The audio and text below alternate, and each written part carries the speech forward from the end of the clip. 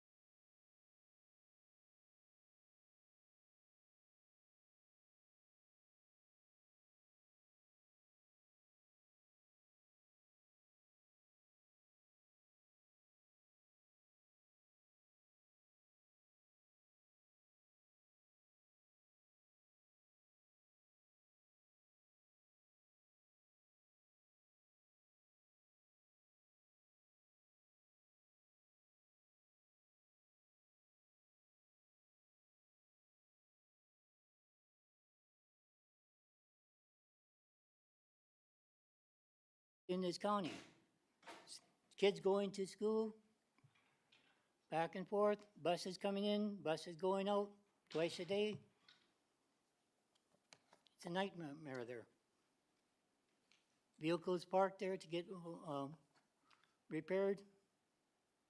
Now that road there on the baseline, that was a highway at one time.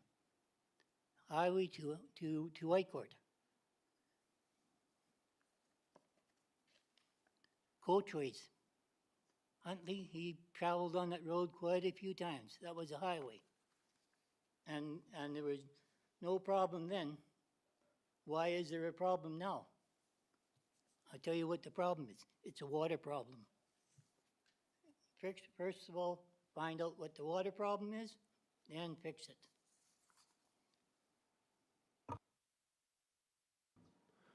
Perfect. Thanks, Andy. Like you said, I'm sure Nick's well aware of all these, and I'm sure it's on his list to do.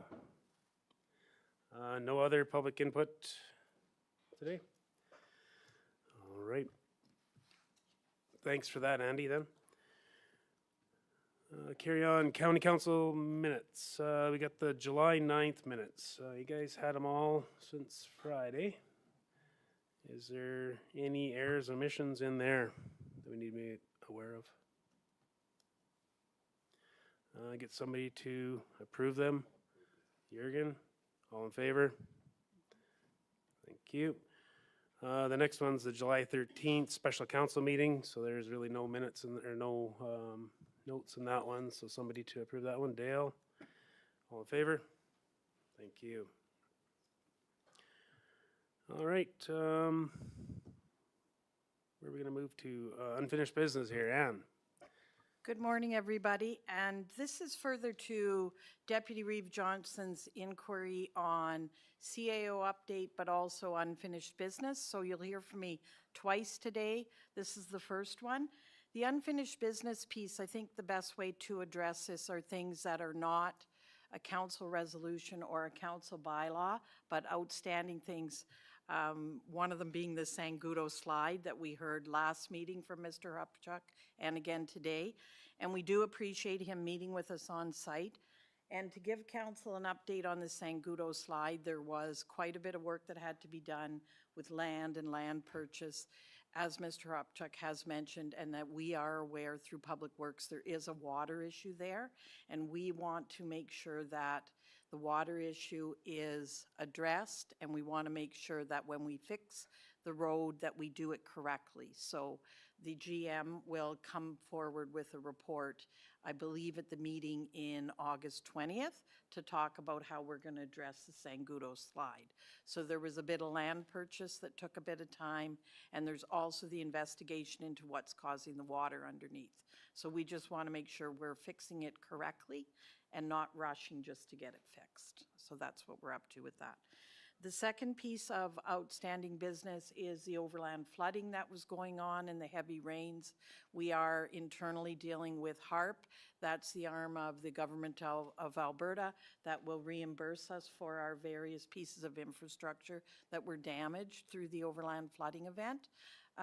We have had several meetings with them, preemptive, and during that, the GM of Corporate Services will be bringing a report on the 20th, August 20th, to talk about the infrastructure and the amount that will be reimbursed to the county for the overland flooding, so that council's aware of everything that is being spent. It's like for like, it's 90% dollars, but we have to make sure that we're replacing like for like, and that report will be coming on the August 20th meeting. Okay? Thanks, Ann. Dale?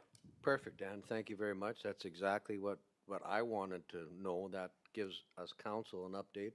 It also gives that update to the public too, so they understand that we haven't just left the ball. And it's really helpful for me if you as council can say, and this is something that we feel has been outstanding, if it wasn't a resolution or bylaw that you'd like to hear about, and just shoot me an email and we can make sure to get that back. Thank you. Yeah, Jürgen first.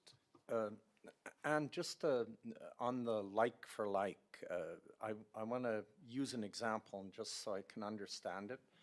That 572, that half-paved section that the flood caused major flooding there that we pumped for a while, and I guess it's probably for Nick to answer, but that requires probably a culvert as well as repairing the damage that is done.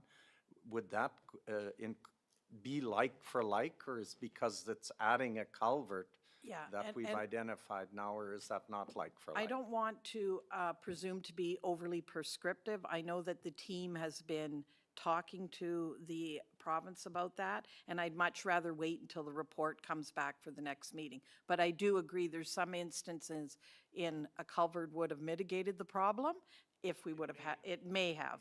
Yeah, so they are dealing with the province, and I have to say that the province has been really open and receptive to dealing with us. So that's what we want to talk to council about on the 20th, because if there's instances where we can make improvements and we see the need for improvements, we might ask for it to be funded from our reserves and reserve funds. Okay? Thank you. Quick, did we have an estimate on how much damage, like dollar-wise, was happened with the flooding or not yet? That will be coming on the August 20th report. Okay. So no. Any other questions, Ran? Do we need a motion to accept this? Or Dale? Yeah? Okay, motion to accept by Dale. All in favor? Okay, thanks. What do you want to do? Nick, do you want to do your 540 update before the public hearing? I can do that. Just give me 1 second. Sure.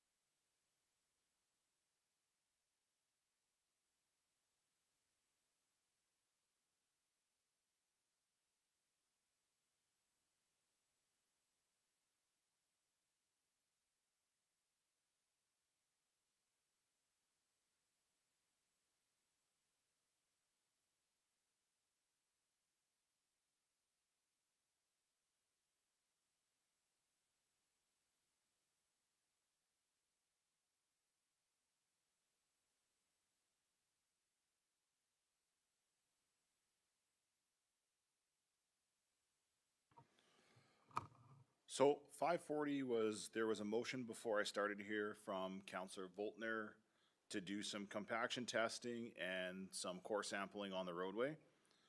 So one of the things I was asked to do is look at the background of the roadway, understand the whole project.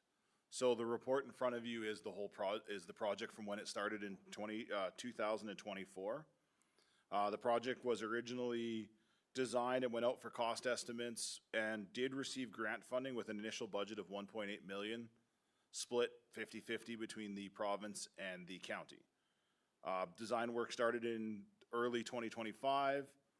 They moved through and found some challenges along with the wild water where their pipes ran in there, as well as we know, it's kind of a low-lying area and it's kind of a peat. So the original sampling did show that there was peat depth in between that 2 meter to 3.5 meters, which required some engineering changes.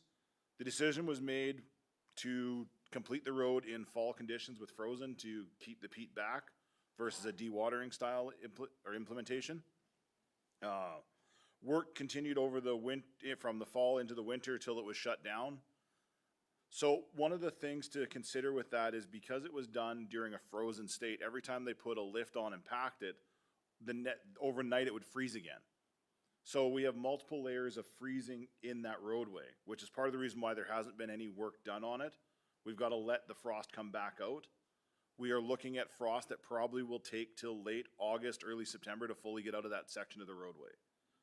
So my request is through the chair to Councillor Voltner, if he was okay with delaying the actual testing until next year when we can get a true answer.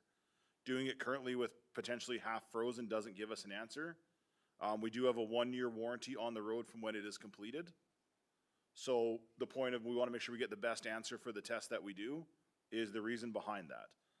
Right now, we have done on-site visits with the primary engineer and identified several defects that we are now monitoring to see how they fix. As we saw through the rainstorm, one of our concerns was water flow, and our rain event sure showed us that very clearly. So that has been identified along with several other improvements that need to be made. I can assure council that myself, now that I'm in this role, that I will be going out and inspecting it before any payments or progress is done with it. So I've personally been going out several times whenever they've been out there to see what's going on, and will continue to do that. Thank you, Nick, for that report, and thank you for doing a good job taking care of this stuff. Thank you. So you're good with that then? Oh, go ahead, Dale. So, Nick, thank you very much for the report. We needed to understand the whole process. I do have a couple questions, though, with respect to the report itself, and I'm not sure, you did answer some of them more or less. One, I don't think that this council at this point understands the extra expenditures that probably are going to happen on account of this, which might be you can address at a later date, because you probably don't have the information now, and I don't expect the answer. But that would be one question I have. The other is, now that we determined there's other issues, is the final cost going to be more than 1.8 million? So That's I can answer those for you. Currently, we are actually sitting under budget with the project. okay. And we do not anticipate the project going over budget, even with the concerns that were found. Okay. Some of the concerns that are found will be the responsibility of the contractor because they did not meet the original quoted agreement. So we are not just going and spending money on this. If there is an expenditure that goes over the expected amount, we'll be coming back to council before that would occur. That answers a whole pile more questions, so thank you very much for that. But I do have one observation that I'm not sure that we should actually have put in, and that was the one sentence that in the report says, with these activities completed, the project is expected to provide a durable and safe transportation corridor serving the area well into the future. Now, that could connotate that the project is complete. And it's really not complete at this point. So I just wonder if maybe we didn't have that particular statement in there as it isn't completed. Be a comment that I would make to administration.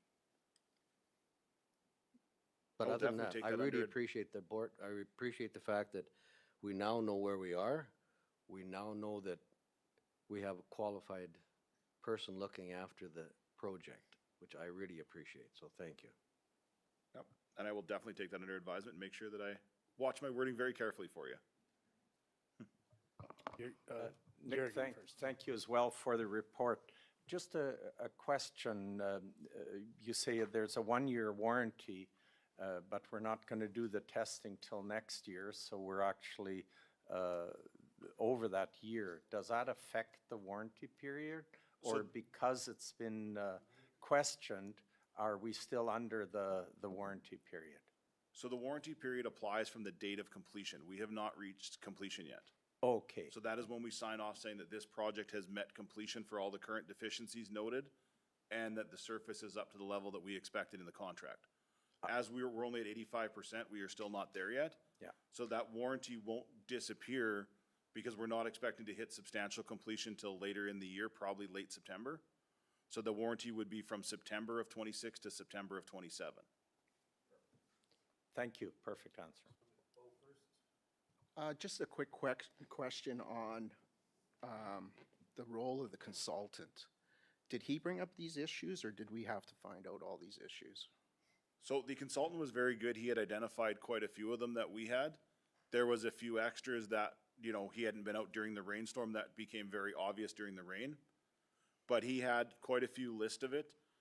Working with the consultant, we have 2 other projects currently going with him. I found him to be very knowledgeable and very good at providing that information. And I do believe that he has the county's interest at the best heart of this. So I do feel very comfortable continuing to work with him, and our partnership with him has been very beneficial. Thank you for that. Dale? So, through the chair, that was my reason about the wording in the sentence, that we inferred that it might be completed, and that would relate back to the warranty period. That's the reason why I brought that particular statement up. Because it isn't completed. Nope, it is at 85%. You are correct.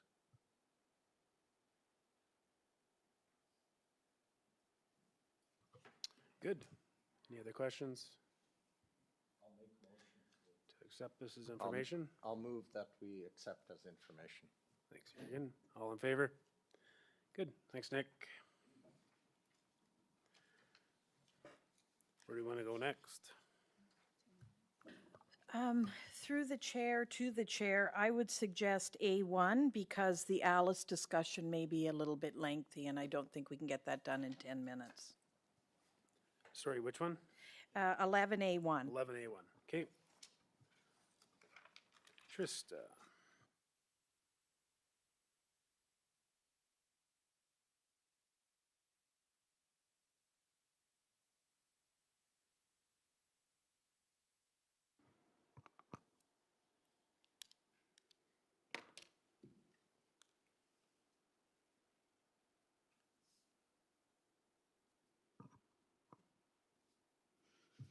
Good morning. So the county has received the annual call for resolutions for the 2026 FCSS AGM. That's the Family and Community Support Services Association of Alberta. It is in front of you pending any discussion and recommendation from council for recommendation or for resolutions, sorry. At this point, administration doesn't have any to recommend. However, we did speak at the East End Bus, West End Bus coalition meeting about potentially putting forward resolutions around seniors' transportation.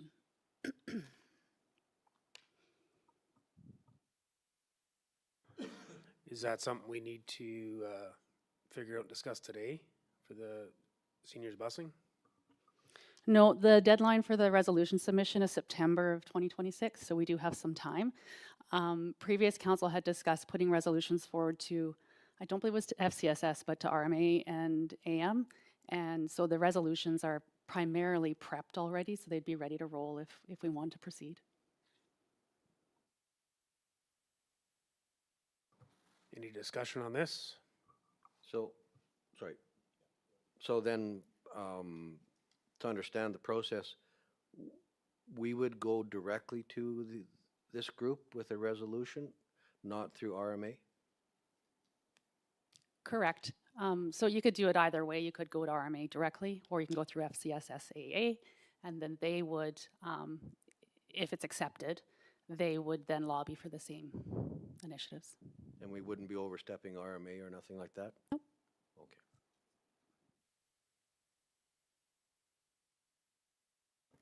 Go ahead, Ann. Through the chair, I would just suggest that if council would like some time to contemplate this, that we put it back on the agenda for August 20th and revisit it so that you've had some time to review and think about it. And then if we have it on the August 20th agenda, then we can speak to it again if there is resolutions. That will give us enough time to meet the deadlines. Dale? I'd make that motion that we move it to the August 20th meeting. By that time, council will have time to go through it and go from there. Jürgen? Just a question, who sits on FCSS? Is it Jill? No, who's from?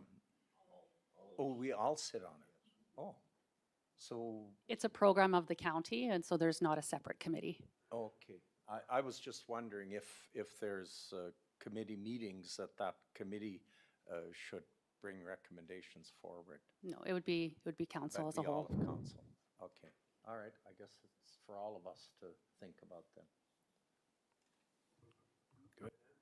Thank you, and through the chair, it'll probably help council to assist in their decision, Trista, if we can give them an overview. I know they know, but kind of a reminder when we do the August 20th report, that we list the different services where FCS does. Besides the East-West bus, there's also home care, and just to make sure that they know the areas they're looking at, so then they can hone in on any possible resolution.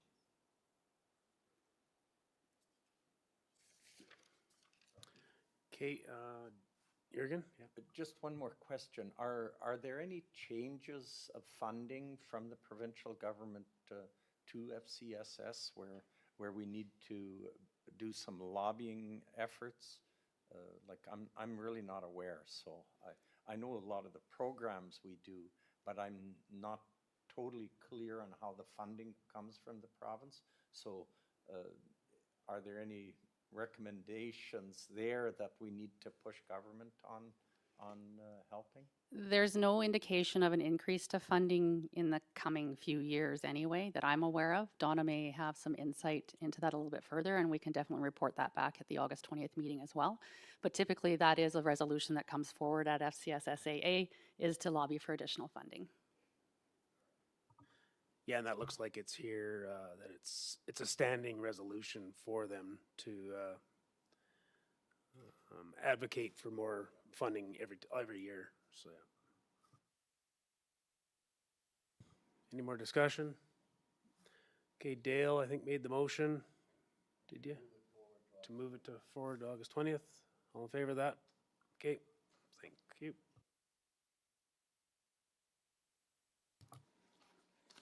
Where to now? We got 6 minutes. Want a quick break before we do the public hearing, get set up for that? Okay, let's do that. We'll just break for recess here real quick. We'll get set up for the public hearing, and then the Reeve will take over that portion of the meeting. We'll be back.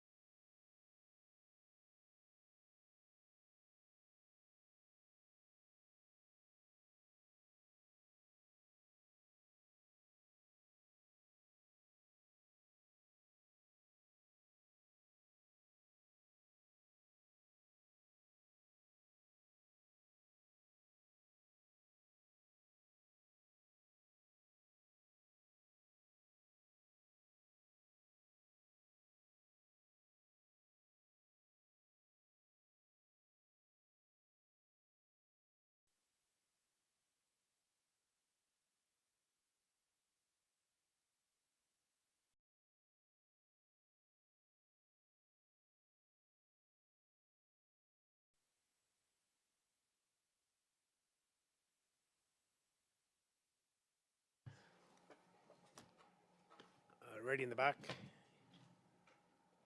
Ready in the back, yep. Okay, we'll call this meeting back to order, 10 o'clock, and then I'll turn it over to the Reeve for the public hearing. Okay, good morning, everyone.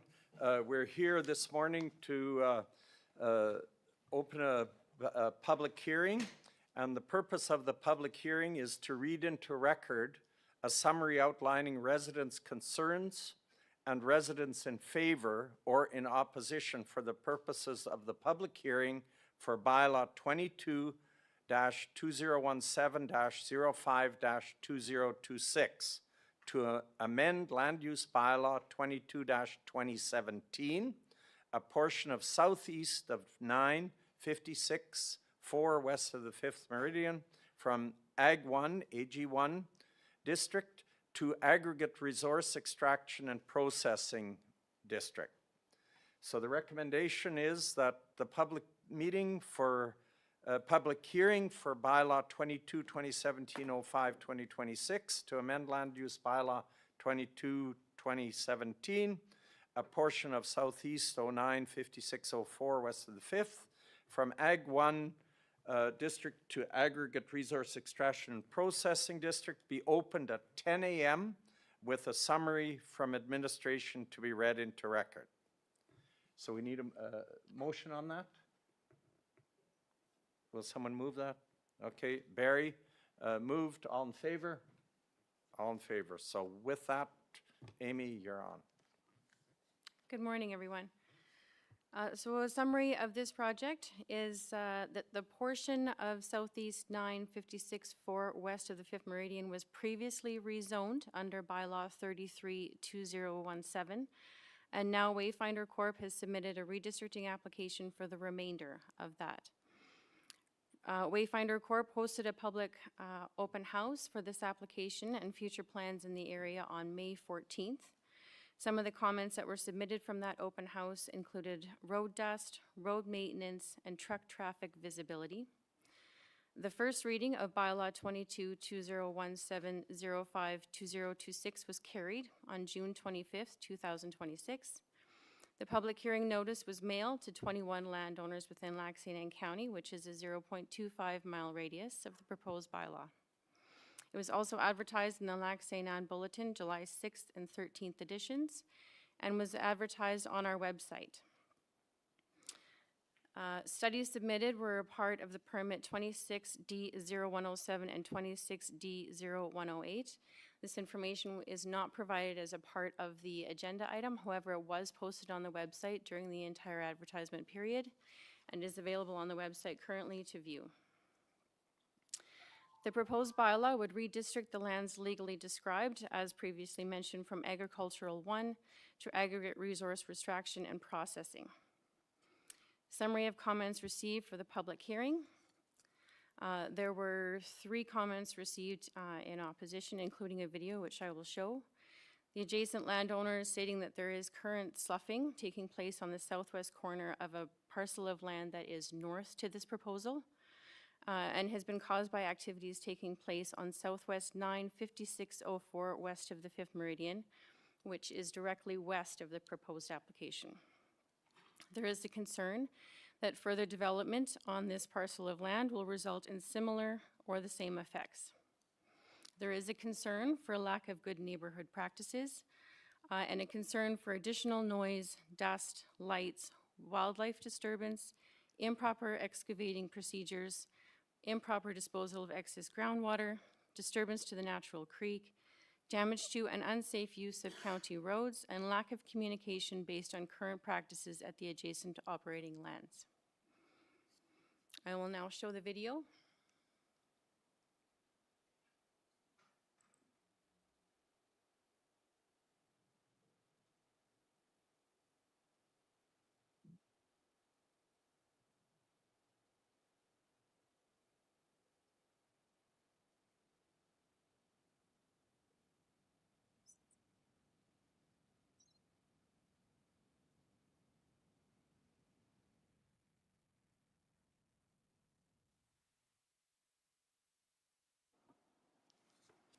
And that's all that I have for you today. Okay, thank you. That was obviously a windy day. Yeah, thank you for that.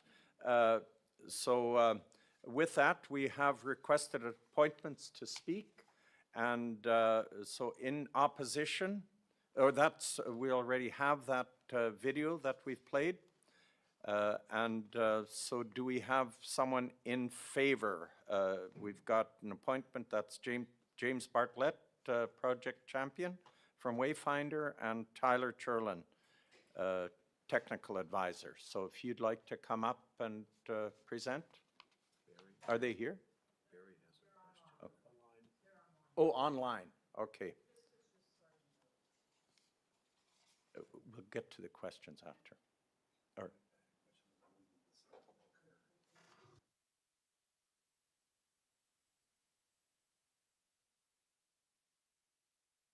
Good day, council. Can you hear me?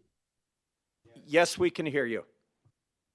Excellent. If I have your permission, I'd like to share a quick presentation. Yes, please, go ahead. Okay. Would you just state your name again, just for the record? Yes, it's James Bartlett, Wayfinder Corp, and I'm the project champion helping to support these expansions. I just need the administrator to allow me to share. It's been disabled at this point.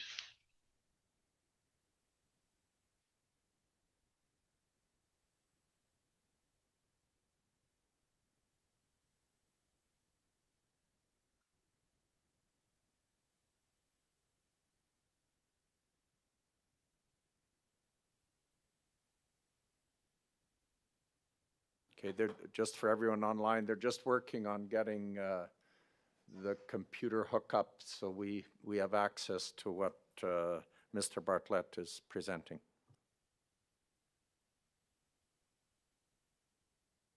Okay. Well, in the interest of time, I can just to talk through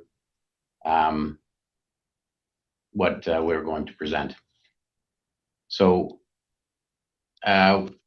Wayfinder Corp is a Canadian-based, Alberta-based company that provides proppant management for oil and gas companies. We deliver a sustainable, safe, and exceptional proppant supply chain that delivers value to our clients, communities, vendors, stakeholders, and team members. What does that mean? Our sand is used in hydraulic fracking to help safely and efficiently produce oil and gas.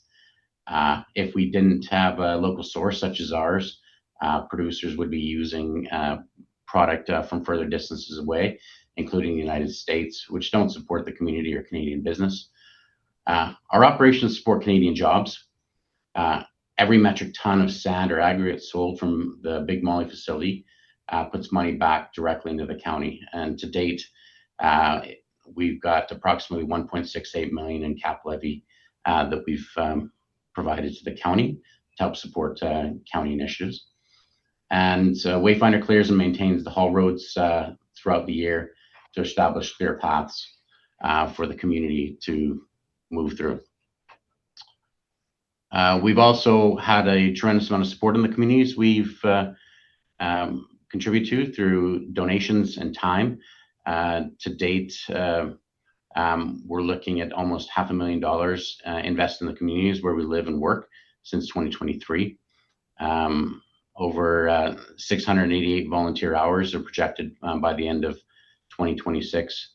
And if we work together, we can support youth sports, agriculture, and municipal local initiatives.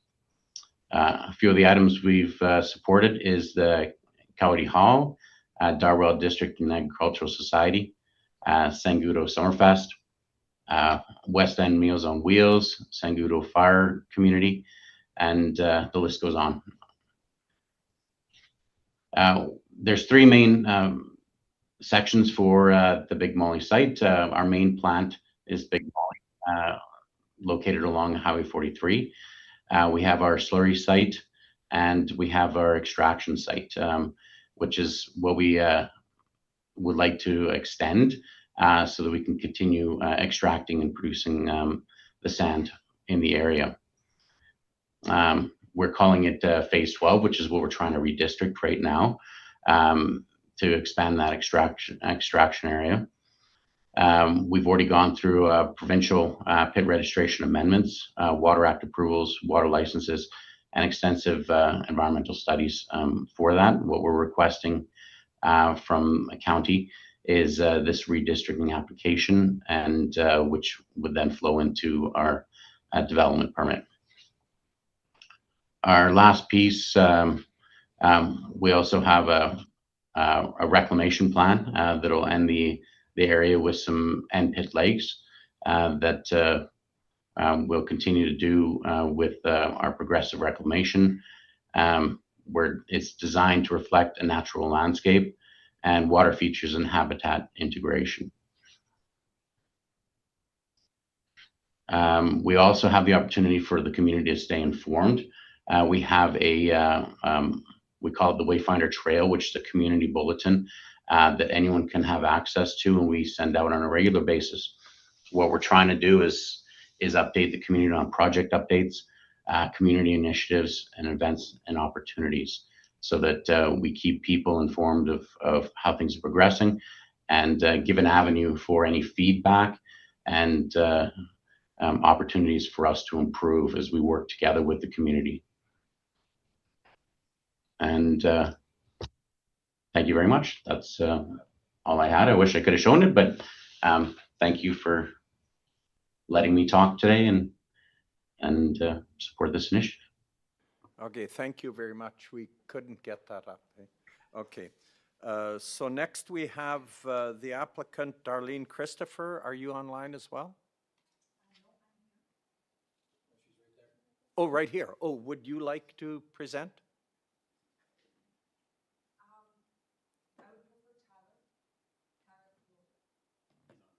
Oh, Tyler, well, if you want to present, please come up here. Oh, he's online. Okay, so Tyler Cherlin will be presenting? All right, so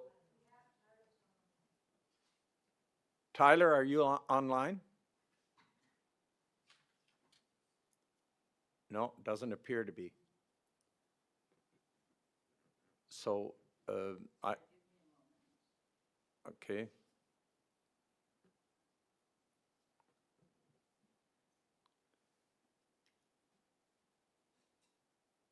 Are we able to bring up, I know for Mr. Bartlett's, some of that might have been what we have in here. Can we bring that up just for people online, that they can see which lands we're talking about? Through the chair, Cindy's working on getting the presentation up because he was intending to come in person. So Okay. we're trying to get the presentation for council's viewing. Yeah, I was just wondering if the map, the count, are you ready?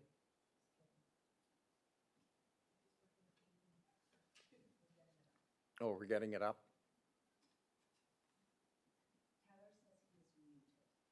Sorry? Okay. Okay. Can someone make sure Tyler is unmuted so he can talk to us?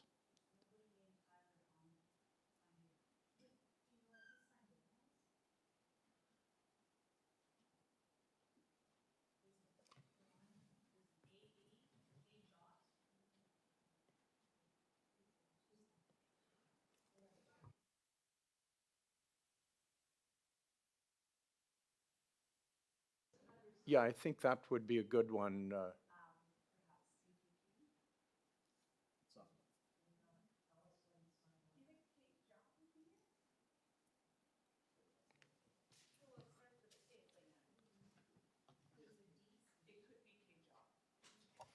Mr. Chair, while we're waiting to sort that out, there's the map, the location Yeah. map on the overhead.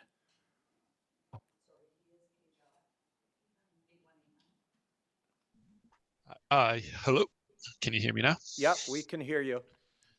Okay, this is Tyler. I'm an environmental consultant with CPP Environmental, and yeah, I'm here as technical support for Wayfinder in this application. Just wanting to introduce myself, and if there's any technical questions related to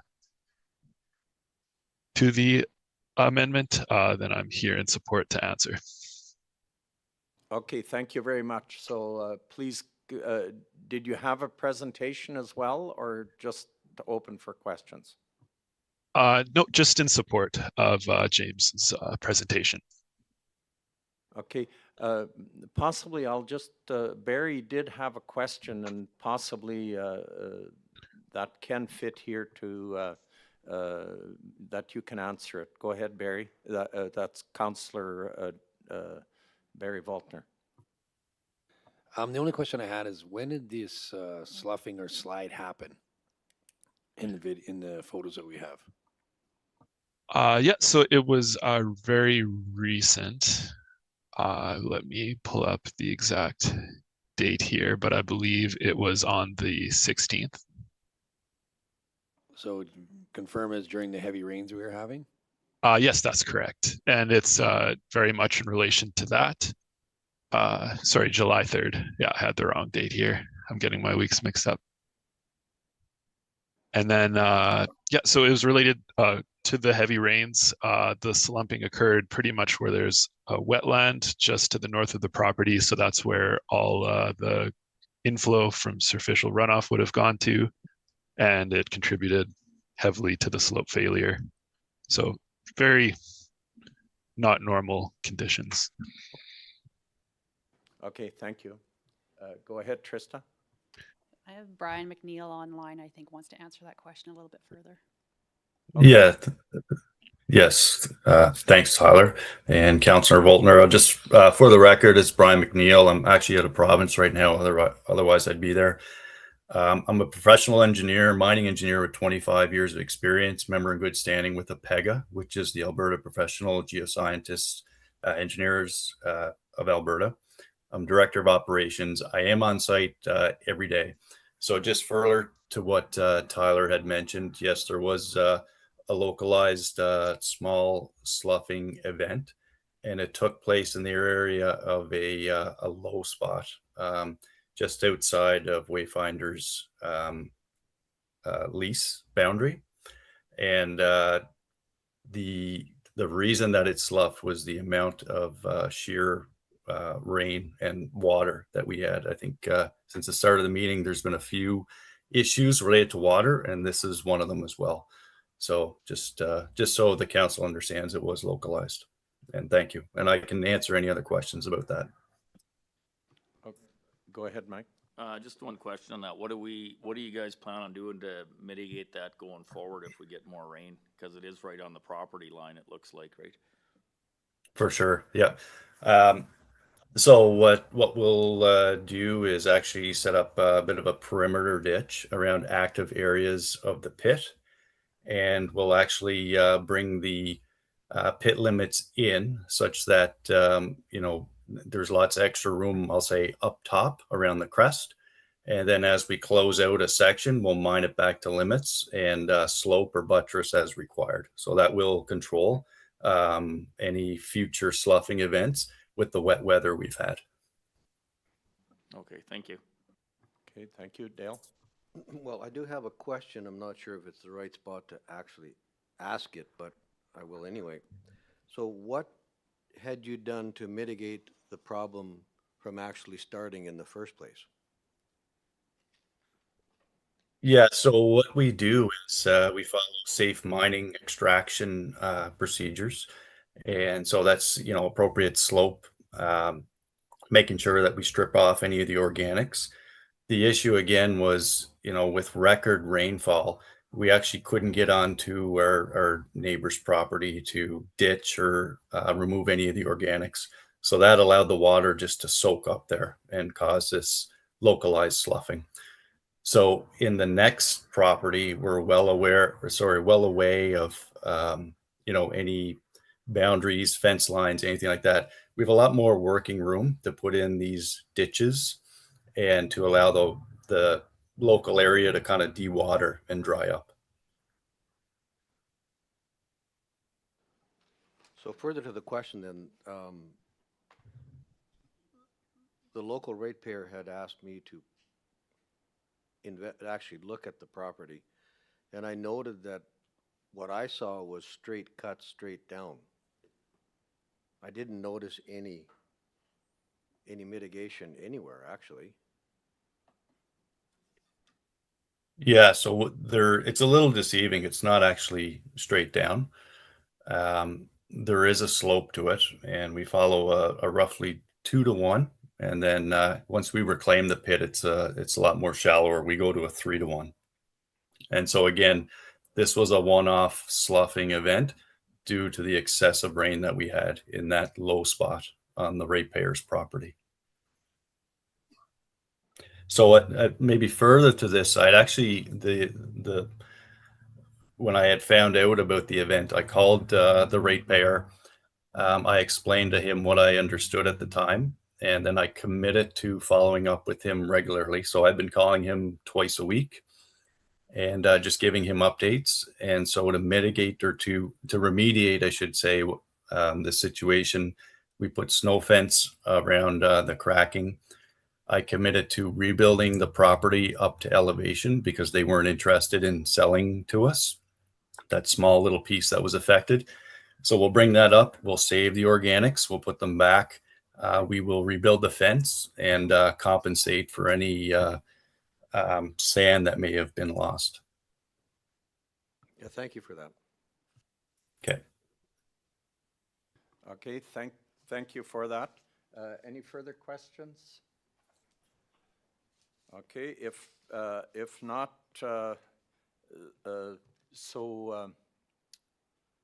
we're done with that part then? No one else from Wayfinder? Any reports? Apologize a little bit for the confusion here. Did you get that? No, still not up there. Okay, so at this time, council would like to ask anyone else who wishes to speak for or in favor of this application. Is there anyone either online or here in council chambers?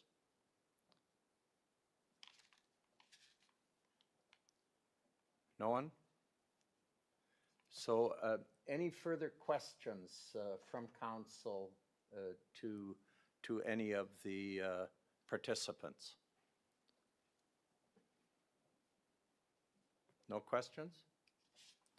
If not, I would entertain a motion that the public hearing for bylaw 22-2017-05-2026 to amend land use bylaw 22-2017, a portion of southeast of 95604 west of 5, from Ag 1 district to Ag resource extraction and processing be closed at 10:22. Would someone make that motion, please? Ed Gifford, all in favor? Clarification first. Okay, clarification. Did we do anybody that's not in favor? Did I miss that? We, just for clarification, yes, I asked for both, and there was no response. Therefore, we're closing the public hearing. All in favor of closing the public hearing? That motion is carried. Public hearing is closed. All right. So that's all we have for public hearings, and I'll hand the chair back to Councillor Gifford. All right, thanks, Reeve. Where do you want to move next? Mr. Skogstad, you ready for that one? Alternate land use services. Through the chair, if I may, just to let council and the public know, come on, Aaron, that this is a follow-up. We've had some initial presentations to council on Alice. Council did ask for more information to bring back, and this is us bringing back information. I believe we've already been to council twice with this. This is the third time. So this is the third presentation for council on the Alice program. Thank you.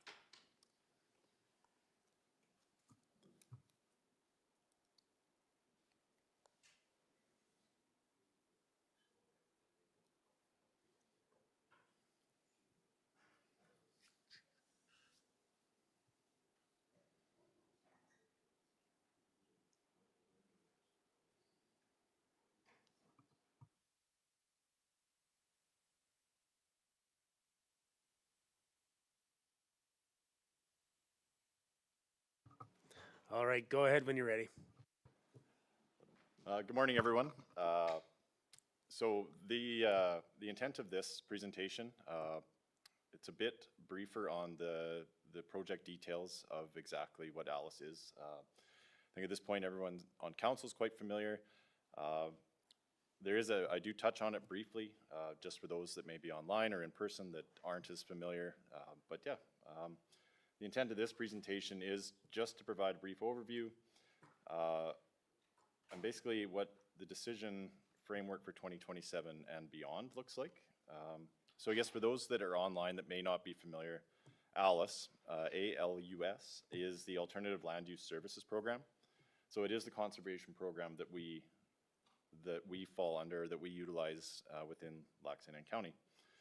ALUS does start with our farms and ranches, and yeah, this deck is specifically to focus on local projects, existing commitments, and the funding context and choices that we're looking for council direction on. Look at that. All right. So this presentation, as I said, is to support council's direction. The question is whether ALUS, Lac St. Anne, whether we scale delivery, we wind down beyond 2026, or we step away completely from the program. The decision should separate existing participant commitments from future delivery choices. As I'll mention later in this, all of the projects and the commitments for 2026 or up until year end of 2026 are funded. And we'll get into funding shortly here, but that money is in trust from external sources already in place. So how the program works. So council's somewhat familiar with the program, but for those that are in person and maybe online. So it is a farmer-led stewardship delivery model. The farmers and ranchers that we have locally here, they identify marginal lands on their operations that may be suitable for conservation, for any number of environmentally related programs or conservation-related programming. Our PACs, or Partnership Advisory Council or Committee, they review the projects. So our PAC, we use our Ag Service Board as our PAC, so one and the same. Local farmers, ranchers, people familiar with the area, local concerns, local growing conditions, these sort of things. They review the projects and they give us a thumbs up, a thumbs down, somewhere in the middle. Depending on what the project looks like, we can either work with the potential participant to scale their projections or their proposal, or we can look at different models. Like, there's a lot of back and forth at times. We try to find something that works well for both parties. Ultimately, when or if the project is approved, we move into the establishment portion. So we do not front, or the program does not front any of the funding. So the participant, the farmer, the rancher, they take care of all the upfront costs to get the project going. They do whatever's required. That's materials, time, labor, all these sorts of things. We don't front any of that. It's only at the completion of the project, when the project is audited by, we use a contract ALUS coordinator. She visits the site, she documents everything, verifies all the commitments that we made up front have been honored, and then we pay the portion of the establishment costs out of what we have received as grant funding. We pay that back to the landowner. So as I said, nothing is fronted. It's everyone has to meet their commitments before we move forward. There we go. So why ALUS in Lac St. Anne? As we've talked about all morning, the excess water and moisture and flooding and all the overland flooding issues that we've seen this year, while unprecedented, I guess not unprecedented, they're saying in excess of 1 in 100 years now, so at some point in someone's lifetime they may have seen this. But it certainly helps with the mitigation of some of these issues, erosion, infrastructure protection. There's a number of ways that these projects can assist. Even things, keeping livestock out of our creeks and rivers, and while we do have a significant amount of water within our municipality, obviously it's not kept here. We have a number of neighboring municipalities that also benefit from the similar water courses, and yeah, we do what we can with these participants to protect that. Sturgeon as an example, I mean, it flows through a number of neighboring municipalities.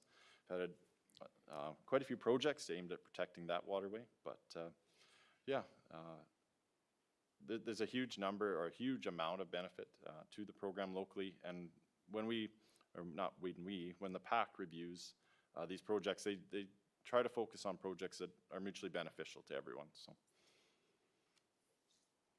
this is a bit of our financial and our leverage funding history. So we are 11 years deep into this program. We started back in 2016.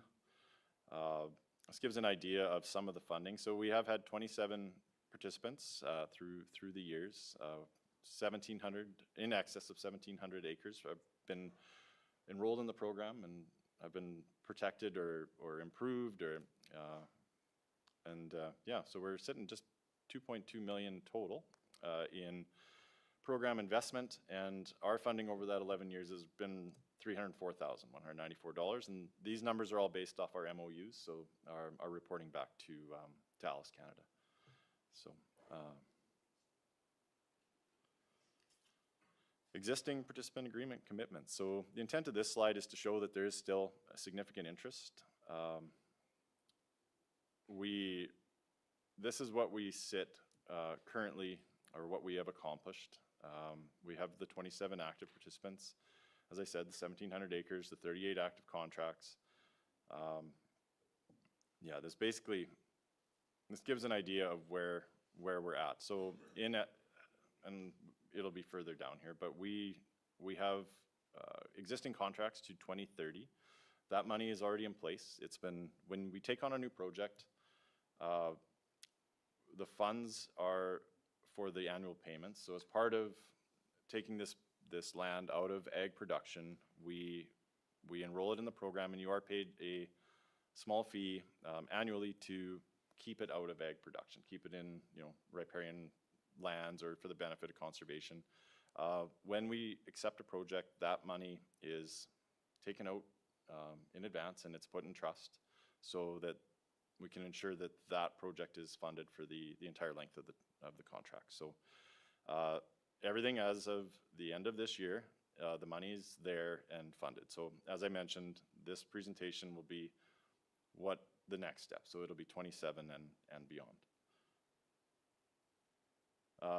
This slide here is I guess kind of to show that there's still a fair bit of interest here. So as of right now, we have expressions of interest. We have have five currently sitting there. People that are projects ready to go,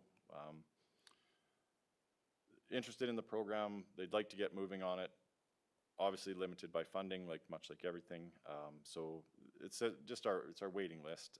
449.4 proposed acres that would be potentially enrolled, and that can vary a little bit depending. Once you start fencing and doing things, fences can move as things. Well, this year very much so, depending on where the water is. Yeah. So then the total establishment cost, as you can see here, 214,000, and yeah. The potential that we would like to ask ALICE, 126,926. So that would be our ask of ALICE Canada, should any of these be approved going forward. As I do want to mention though, these EOIs, so these expressions of interest, they are not approvals, so none of these have been, there's no commitment to these. They are just projects that the legwork has been done. They're ready to go if funding becomes available, sort of thing. So funding sources. So this is what it looks like as far as how we contribute, how our partners contribute, how ALICE contributes. You can see the Lac St. Anne County portion, so that's the program coordination, the ALICE program fee. So as part of participating in ALICE, there is an annual membership fee. It is $5,000 annually. As you can see from what we've received back from ALICE, it definitely pays, it pays multifold back, but it's a pay to play and with that becomes the database support, all of the technical resources, the promotional materials. There's a lot that comes with that, as well as the additional funding and such. We've had a number of external partners as well. Some of those are listed there. And then the producer themselves. So the farmers and ranchers, which are contributing typically at that 50% mark of the establishment fee, and then their time and all the things that go with that as well. So into the scenarios. So I'm going to present the 3 scenarios here to you. Scenario 1 is essentially where we sit right now. So this is what the project looks like as of today. So this would be maintaining that using municipal funding to continue the program. Yeah, this essentially isn't much different than the second scenario, but this would establish predetermined acreage targets. It would set a budget upfront for 2027 and beyond, like an annual establishment budget, producer contribution budget, that sort of thing. Yeah, essentially this is as we run now, but would be municipally funded. Scenario 2 is the one that I prefer, which is the modified and reduced delivery model. So basically what that looks like is we keep the Alice community structure in place. We scale the delivery as we find available funding and capacity, so external funding. So not leveraging municipal dollars per se, but looking for those outside funding sources. It does mean fewer projects, fewer coordinating hours, packed meetings, all the things that come with it. The existing annual payments, as I mentioned, the money is already in trust, so that is fully honored until the term of their contract has expired. It would mean no further renewals, so that means that anybody, as their contract falls out, that we wouldn't be renewing through this program. We would essentially let those contracts expire. Yeah, basically this is the practical middle path. It keeps our momentum. It keeps us enrolled in the ALICE program. It gives us an opportunity to I wouldn't say step back, but maybe just to pause, look for the funding that may become available. As I'm sure you're aware and you've seen, conservation funding tends to go in ebbs and flows. We've all seen multiple different programs through the years, and there's a big splash up front. They kind of level out, and then they disappear, and then there's another one, a big splash. ALICE seems to have a real continuity of funding. From what we understand, there is also been some financial issues as far as attaining funding kind of globally or nationally with ALICE as well, but that's not inconsistent with any conservation program. This model would give us that opportunity to, with minimal county contribution, it keeps us under the ALICE flag. It keeps us in the know as far as what funding may become available, and if something does become available, we're already walking. We can just run with it. Like we're not completely out of the game. Third scenario is the wind down. I did in an orderly manner, because this isn't just shut the doors and step away. There is some obligation that comes with this. Basically what this looks like is we pause new intakes while we work through the existing commitments. We continue to manage this closeout. There will be some MOU requirements. There's some reporting, both financially as far as what we as we close out the funds and that sort of thing. So it's not just shutting the door. It would be an orderly wind down, and essentially it would be a step away. Main considerations for this one: communication, compliance, the relationships, and potentially the loss of future projects. Just if we shut the door, the pipeline, of course, would be closed. We'd have to reestablish something down the road if that was, the choice of council. So this is the third scenario that I wanted to present. Some of the pros and cons. It just simplifies the trade-offs, shows some of the leveraging that we have, or leveraging opportunities that we have. If we are to stay or continue with the program, or as I would recommend, that modify reduced delivery model. each one of these paths do require some administration, of course. Yeah, this basically simplifies everything that we just spoke about as far as pros and cons of each scenario. So the actual financial picture for council, we'd like to view these costs in three categories: the existing commitments, the future delivery choices, and then the administration and compliance capacity. As I said, 2026 is funded to year end, so it will be just 2027 and beyond. And when we're thinking about this, 2027 can be a standalone. As I said, it can be that year of pause and reflection, looking for additional funding. It doesn't, we're not, I guess I wouldn't expect a long-term decision if, that it's flexible, there's options. We can use 2027 to reevaluate and just see how things go, like where we can find some additional funding and maybe what we need to do on the administrative side to make it fit better here, perhaps. So,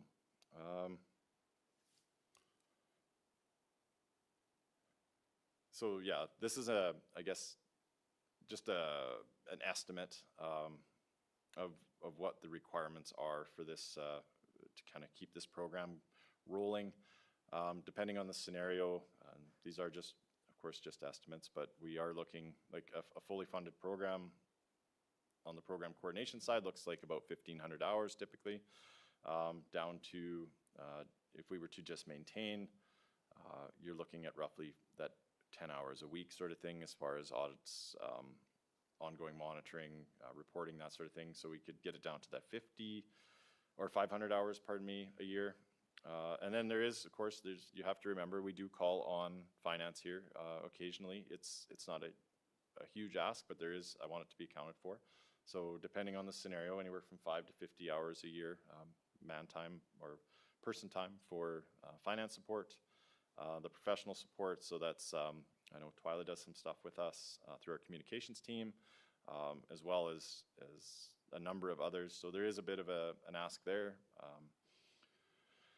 And then the program national support. So we do receive a fair bit of in-kind from the Alice National team.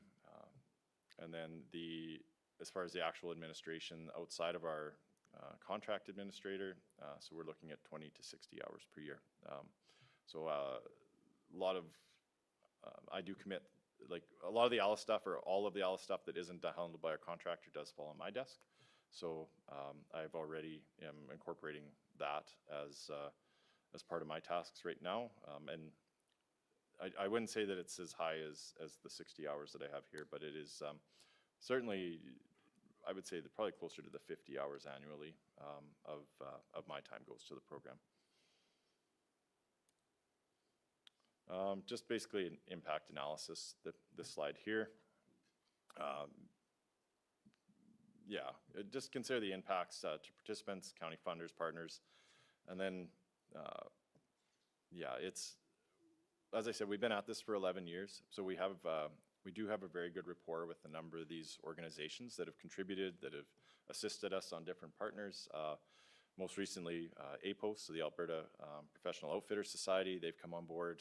We have an amazing relationship with them. They've expressed interest in additional work with us. I guess relationships like that are kind of that middle scenario. It keeps the door open. People are, to the willingness to approach us. We still have a program and that sort of thing. As I said, it just keeps the door open. Yeah, as far as potential risks, I did want to identify, like, a lot of these can be mitigated, clear communication, confirmed payment timelines, and just the continued focus on active project completion. It mitigates, a lot of the administrative risk side of it. If we establish the targets and the goals and a budget, there's no reason that we should be outside of that, so. As I said, this would be my recommendation and administration's recommendation. Is this reduced Alice delivery model for 2027? Keeps doors open, as we said. It does limit our budget exposure. There's a defined, we'll put a defined number on what the administrative side of it looks like. And we keep it within that. There's no reason to step outside of that unless additional funding comes available, and at that point, administration would be included in projects and that funding. So the initial ask of our ratepayers would be kept to just that initial ask. So yeah, and I guess the biggest part of this, and especially timeline would be the continued support of flood and drought resilience within the municipality. As we've all seen, there's where we can be fairly prone to some of these high water events. So yeah, just keeping a toe in the water, as it were, on some of these situations. And that essentially concludes this presentation. There is a portion of it that we would like to do in closed session, as it does potentially affect some of the resources that we're utilizing here. But yeah, open for any questions. Yeah, happy to answer anything you may have. All right, thanks, Aaron. First off, I'll start that I chair the Alice committee since October. I feel it's a very valuable, important program for our ag community. We have 27 producers with 38 locations, generally in the west, but we're working our way east. We got some stuff up in Division 3 on the EOI stuff, so that's working its way there. So between some of my constituents and some of Jill's that I know they're in the program, they really, really like and would like to see this continue. And I understand that it's a funding issue. I think we're looking at, what was it, 125,000 for 2027. Like that's the commitment that we have, right? Not the commitment, but the EOI commitment that would be. I don't think that's a big jump there, but questions from the council? Barry? Do we actually know the true costing? Have we put a number on the administration's time, everything, all the people involved? Or we're just throwing numbers? Like 5 to 50 hours is a pretty vague number. Do we actually have some solid numbers on this? Yeah, we certainly do, Councillor Boltner. Because there's some staffing considerations behind that, we'd like to share that first in closed session.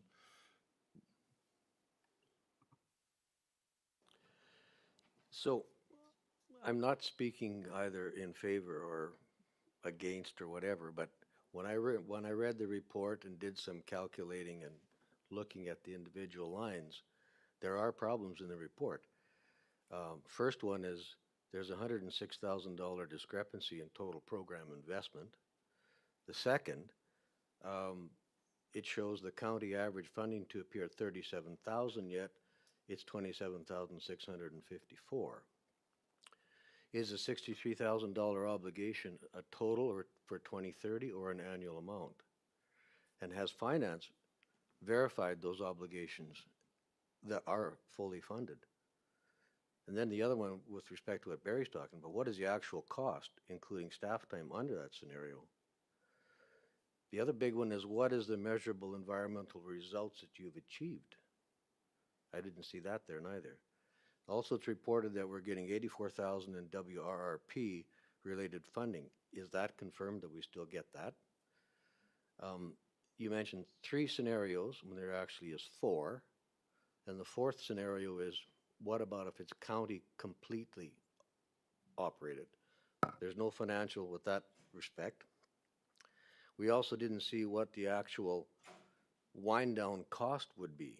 We heard about it, but we didn't see any, that's not in there. And the other question is, what authority does administration currently have to accept or advance the 5 2027 expressions of interest? I didn't see that. I mean, you make a credible case on the program, but when we look at it from our aspect, from a governance review, we're looking at what are we spending? What are we getting for what we're spending? So I think those questions, those 10 questions, really need to be answered before we make a logical decision. I really do. Through the chair to Councillor Johnson. Some of that information is hard to put in a public forum. That's why we've requested a closed session later on to better explain some of those. because there is names and different contracts that we need to talk about. We're unable to answer those in an open forum. We hope to answer most of your questions when we get to the closed session. Well, that makes me more at ease, for sure. Barry? You said there's been 27 participants in this program so far? Is that correct? Is it 20? I can't back up. Roughly, it's about 27. And you said you've been doing it for 11 years, right? Yeah, yeah. That's not a really high average of people participating in this program. When you think of the amount of farmers over 11 years. Sorry, no, apologize. Through the chair to Councillor Boltner. So, yeah, I guess the bigger number to me, or the more important number, is the 1,700 acres that we've managed. No, I understand the acres is 1,700, but if you break it down per farmer, per acres of ag land in this county, it's very poor participation in general.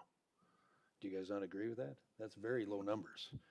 And we're spending a lot of time and money for 2 people on average per year. Just to answer that a little bit, like, I think the budgeting aspect is something we certainly have to look at. But the value of the program, from my point of view, I think it's very valuable.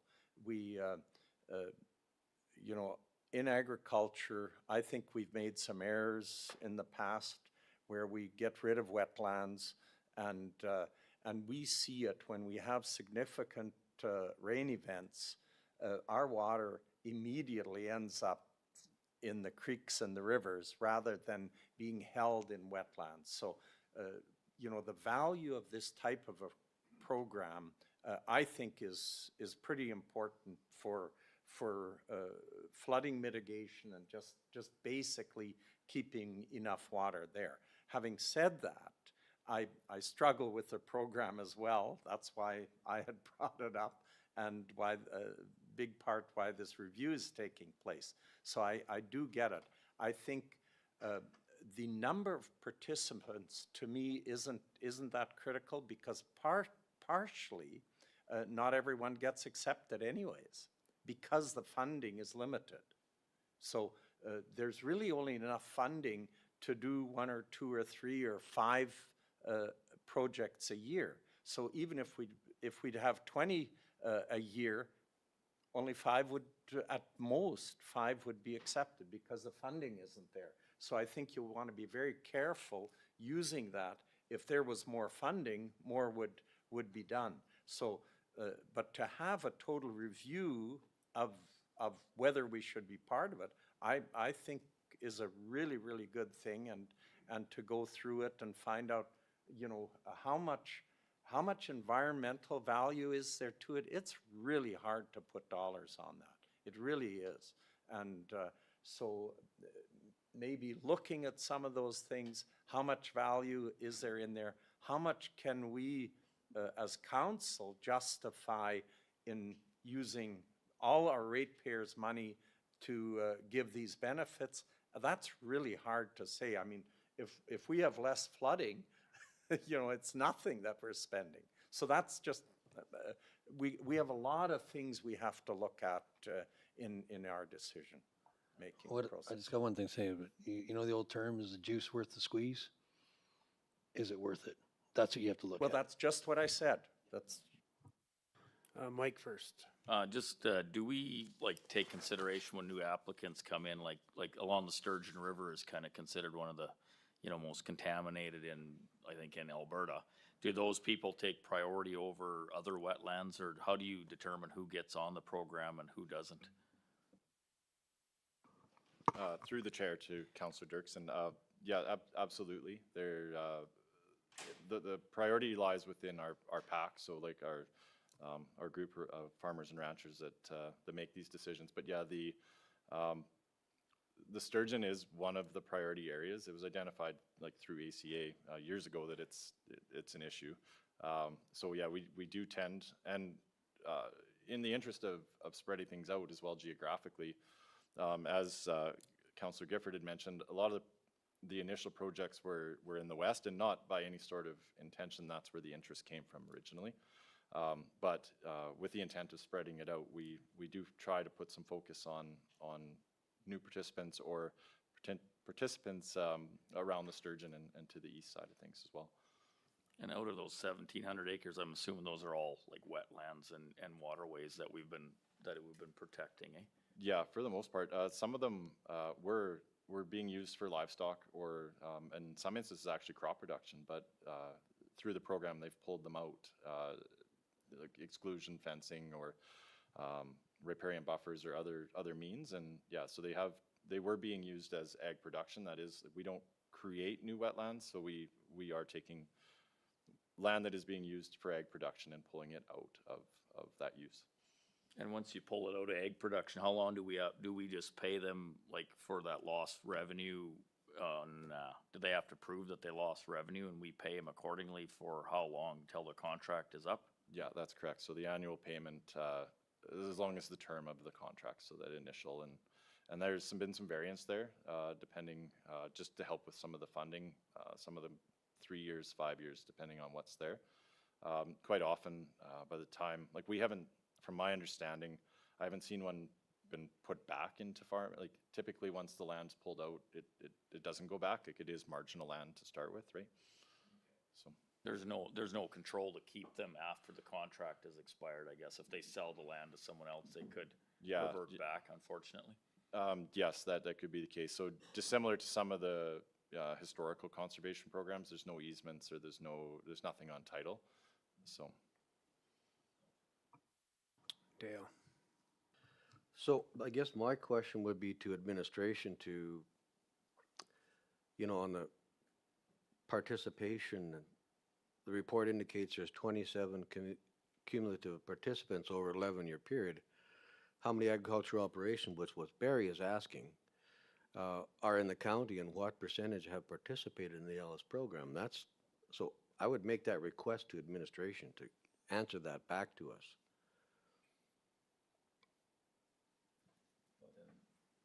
But in saying that, not every producer has a river or a creek running through them, so that'd be a pretty hard ask, I think. Or am I wrong in saying that? Through the chair to Councillor Johnson, we can certainly obtain those numbers. I mean, we have census data.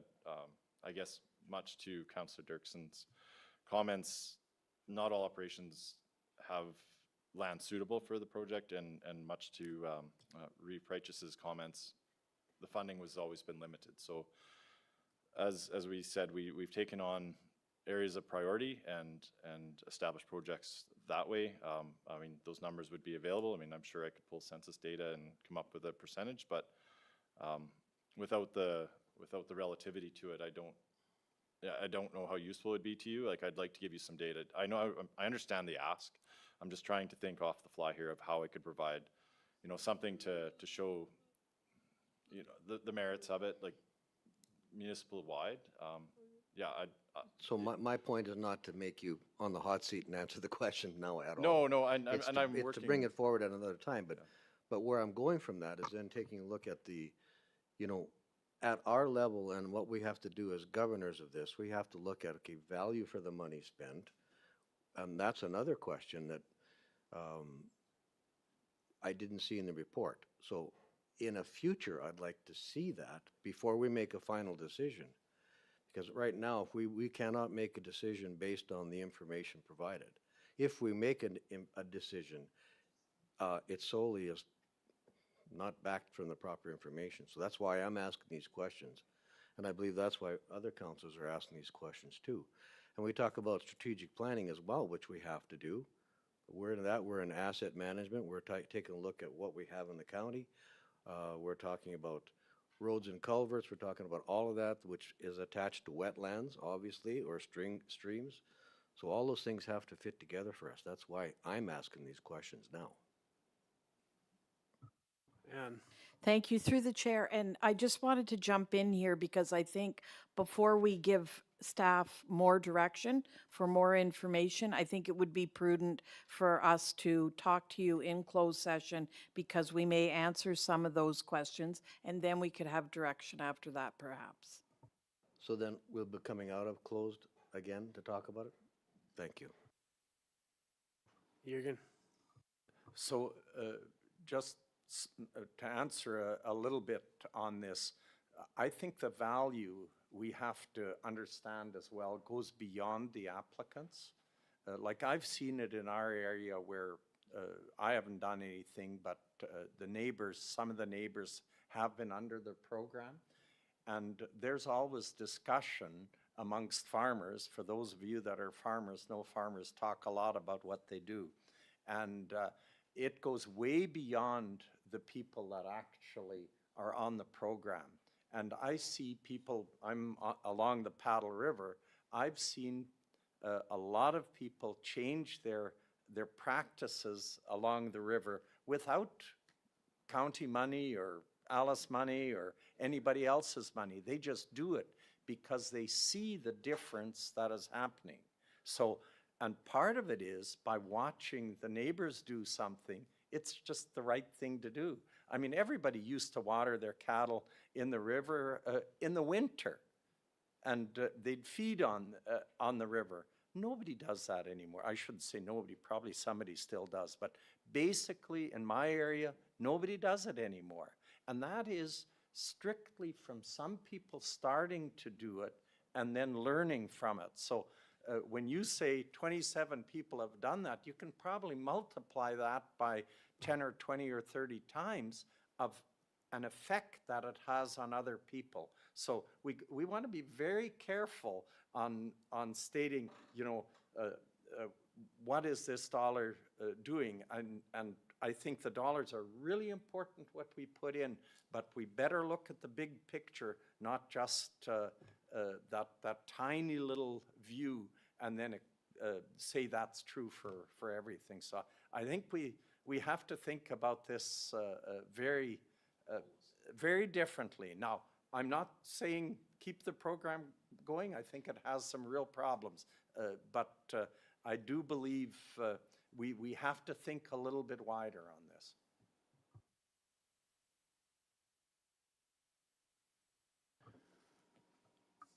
Go ahead, Dale. So through the chair, though, I'm unclear at what we'll be talking about in closed session. If it's names of individuals, I understand that. But if it's relative to this discussion should be in public. I need clarification. So through the chair to Councillor Johnson, it will include some of the names of individuals that have been involved in the program, as well as we do have contract services involved, and it would affect potentially their contract and what would move forward with that. So there is a large portion of this that can be discussed in closed session. We can find that during closed session, if we get those answers that you needed in the closed session, and you want to move back to open session for further discussion, we can do that as well. So I think it's kind of that balancing act, and that's the hard part with a piece like this that crosses in and out quite a bit, is finding the balance between transparency that you're looking for, as well as protecting safeguards and following privacy legislation on our side. So we will work with you to get this as open as we can through the closed session, and we can always rediscuss things when we come out of it that are not tied directly to that. Okay, that puts me more at ease. Thank you. Jill? I'd like to make the motion for option 1 to take this presentation for information. Any other discussion? I got one quick question. Have we reached out to the grant coordinator to look for funding, and they're working on this? Okay.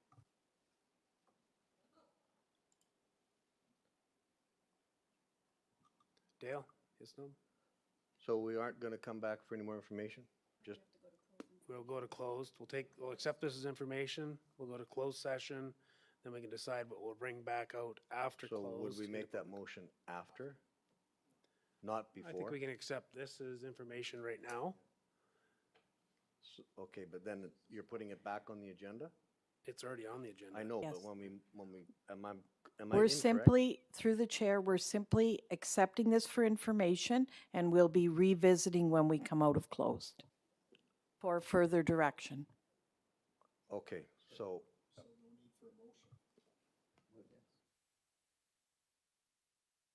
Go ahead. So I think just so that council is clear, when we go into closed session, if there's any decisions or further discussion we want out of that, that comes after the closed session. Now, I think it makes a lot of sense to accept what we've received for information, and then we go into our closed session. We come back, if there's any further motions to be made then, they are made then. So I believe the process of accepting this portion as information makes a lot of sense. And then we come back, if from closed session we want to have further discussions and have decisions. We can't make decisions in closed session. We have to come back into the open session. Thank you. Through the chair and to Reeve Preichus, I believe that's correct. And the other piece is there may be nothing coming out of close, so we should accept this as information. And it may be simply accept this as information, go into close, come out, and further direction for staff.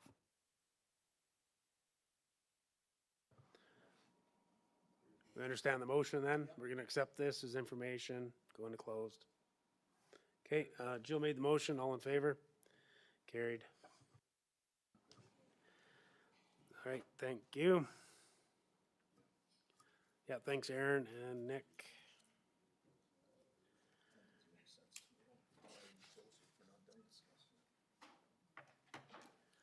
Do we want to move to enforcement, Trista? Or do you want to skip that one?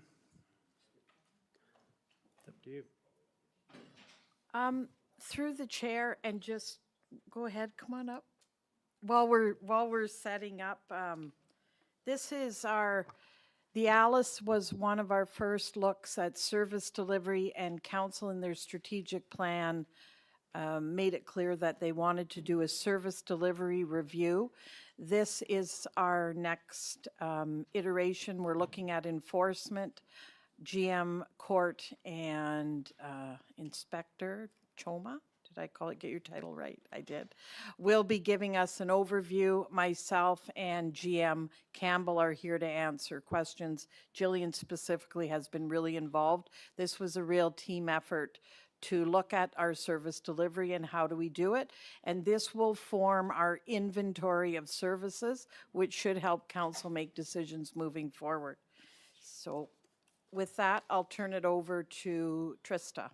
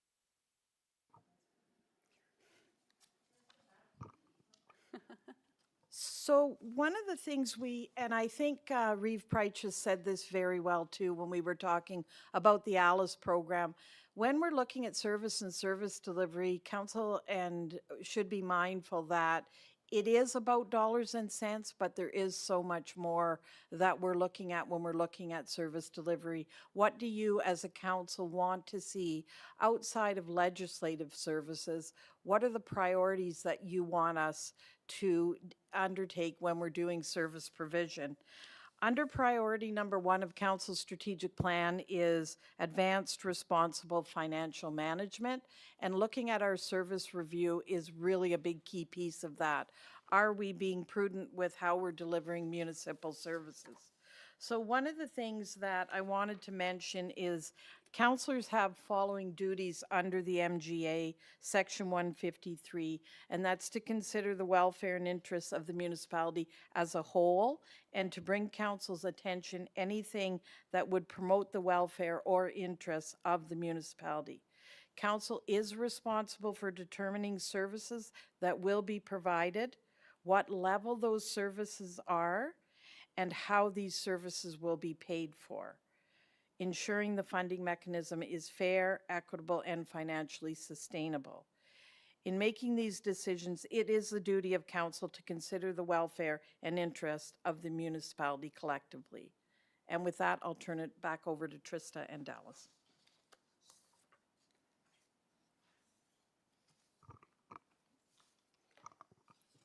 So the purpose of enforcement is quite simple. It plays an important role in maintaining community safety and quality of life and aligns with the priorities 3 and 4 of Council's strategic direction.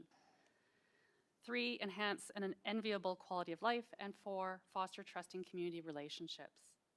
While residents often see the service through bylaw and traffic enforcement, community peace officers, or CPOs, also focus heavily on education, proactive patrols, crime prevention, and building relationships within the community.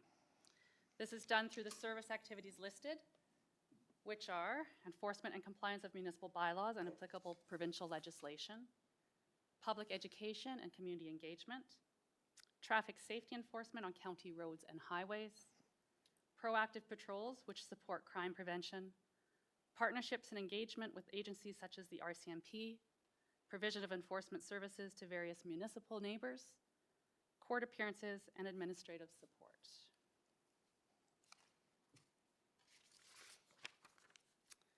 The county is authorized to employ community peace officers through the Public Security Peace Officer Program under the Ministry of Alberta Justice and Solicitor General. The program operates under the auspices of the Peace Officer Act and regulations. Through this authorization, subject to the individual officer appointment, enforcement services may enforce provincial legislation such as the list: Animal Protection Act, Dangerous Dog Act, Stray Animals Act, Fuel Tax Act, Innkeepers Act, Petty Trespass Act, Traffic Safety Act, and certain sections of the Environmental Protection and Enhancement Act, Gaming, Liquor, and Cannabis Act, and the Highways Development Act, and of course, the enforcement and compliance of municipal bylaws. The overall goal is to balance enforcement with public service, education, and community engagement.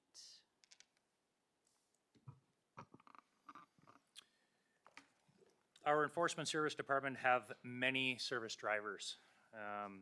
The service drivers are 24/7 enforcement compliance or enforcement complaint line and dispatch line, traffic stops, council requests, and volume of traffic on Highway 43 and municipal contract demands is the drivers of our enforcement service. Our enforcement service currently has 2 10-hour shifts. We operate 7 days a week between 7 to midnight. Hours change through the winter hours, through the winter months, from 7 a.m. to 10 p.m. Our peak hours of operation are between 12 p.m. to 6 p.m., where we receive a majority of our complaints Monday to Friday. Our enforcement department also suffers some seasonal impacts, being the summer months, particular in our campgrounds and our summer villages for call of service. Our enforcement department approximately patrols 2,333 kilometers of roadways in Lac St. Anne County.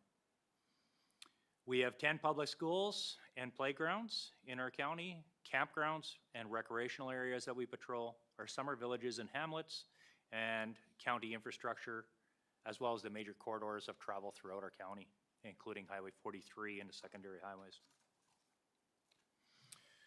Our enforcement service provides service to 12,639 residents throughout the county of Lac St. Anne, not including our contracted services. This is Lac St. Anne County. In addition, we create a safe community, including the major traffic areas and throughout the county. Our enforcement services, at an estimate of 729 hours per month, are available for the county. However, This is dependent on dispatch calls, court appearances, and other demands. This can also be limited by available officers and the contracted communities. Our enforcement services do provide contracted services to 9 contracted services, which take away from Lac St. Anne County hours of 231 hours per month. These contracted services generate a total of $388,000 in revenue to the county.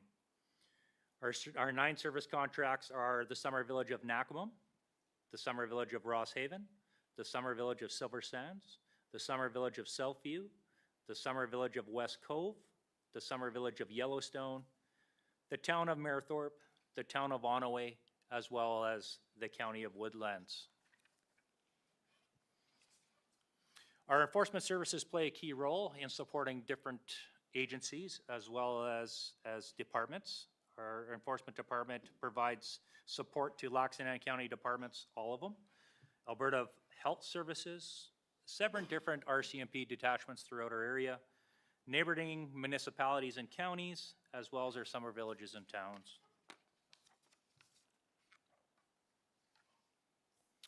Enforcement Services also has some stats here for you to see how they've gone from 2023 to 24, 25, and 26. An incident is a complaint received by dispatch and or email, or SLT. Citations are initiated by officers either as a result of an incident or other proactive enforcements. Many of these incidents could lead to many citations throughout the enforcement as well. So I'm going to bring you to the counts that we have throughout the years. In 2023, we had 489 incidents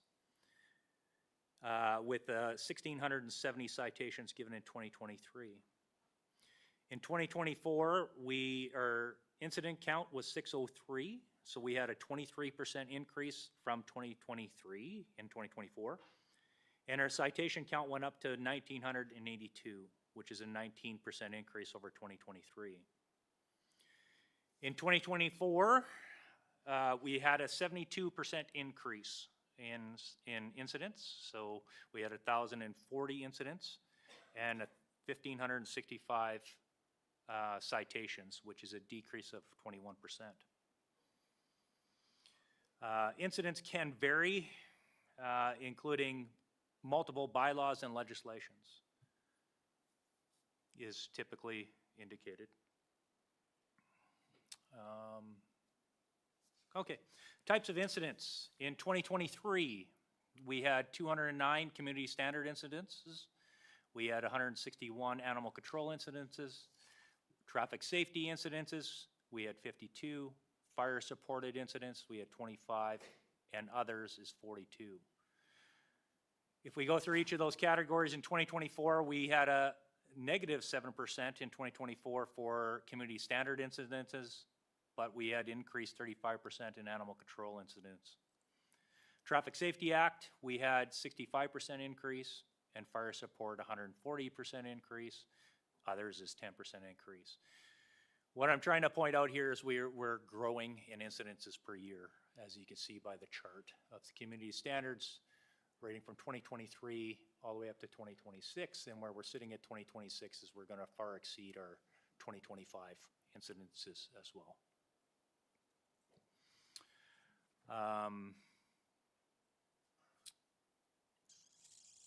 So in total for 2026 overall, year to date till June 30th, we've had 525 incidences, and in 2025 we had recording in progress. So I just want to point out to council how we're growing in the sense of complaints, and that has a lot to do with our complaint line, which we'll get into later. Our intake method, our 24-hour dispatch line is what I was describing here. In 2025's has grown dramatically. Our dispatch line, we received 853 incidences reported through dispatch. In the chart, you could see that. In officer patrols and officer observed, we actually had 52. Administrative directive, we had 52. The county phone line, we had 10, so which is kind of nice that they're utilizing our dispatch line, and it's been successful for having that operation.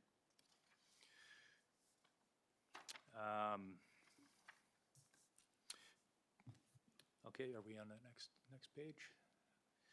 Excellent. Currently, we have 6 community peace officers that work 40 hours per week. Again, we run 10-hour shifts, 2 shifts a day, 7 days a week. On average, where am I? I kind of lost myself here. Okay, right here.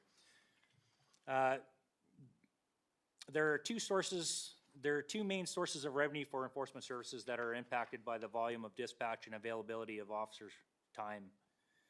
Not all activities noted in the service overview have revenue options. Contractor revenue has averaged $267,000 per year for the past 3 years. The current 2026 revenue will be $388,000. Fine and enforcement revenue is directly tied to availability or available officers' time for citations and revenue sharing percentages with the province of Alberta, which they receive 47% of our fine revenues.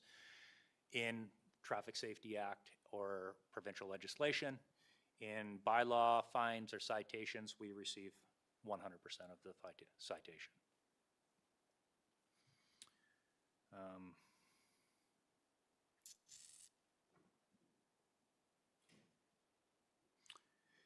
Appeals, okay, sorry. Receipt of revenue may be delayed depending on citations, complaint, appeal, or final payment, or the average fine revenue, whether they plead guilty, not guilty in court, or if it's been knocked down by court. So what I'm trying to explain here is our fine revenue. When we write our fines, it does take time to receive that money. Some people pay their fines on time, some people don't pay their fines on time, some people will fight it in court. So a lot of times it takes the fine revenue a little bit of time to enter our county system through the courts. I guess I should be just asking questions on that. Average fine revenue for 2024 and 2025 was approximately $132,000. And this year, where am I going here, is roughly going to be at about $150,000. Financial overview is what we'll go into next, I guess. Consistently, have you guys had a chance to review that? Trista, flip the page. Oh, where are we here?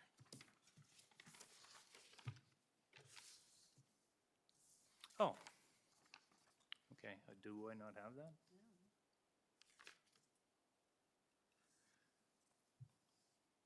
Sorry, bear with me, council. This is different. Oh, okay.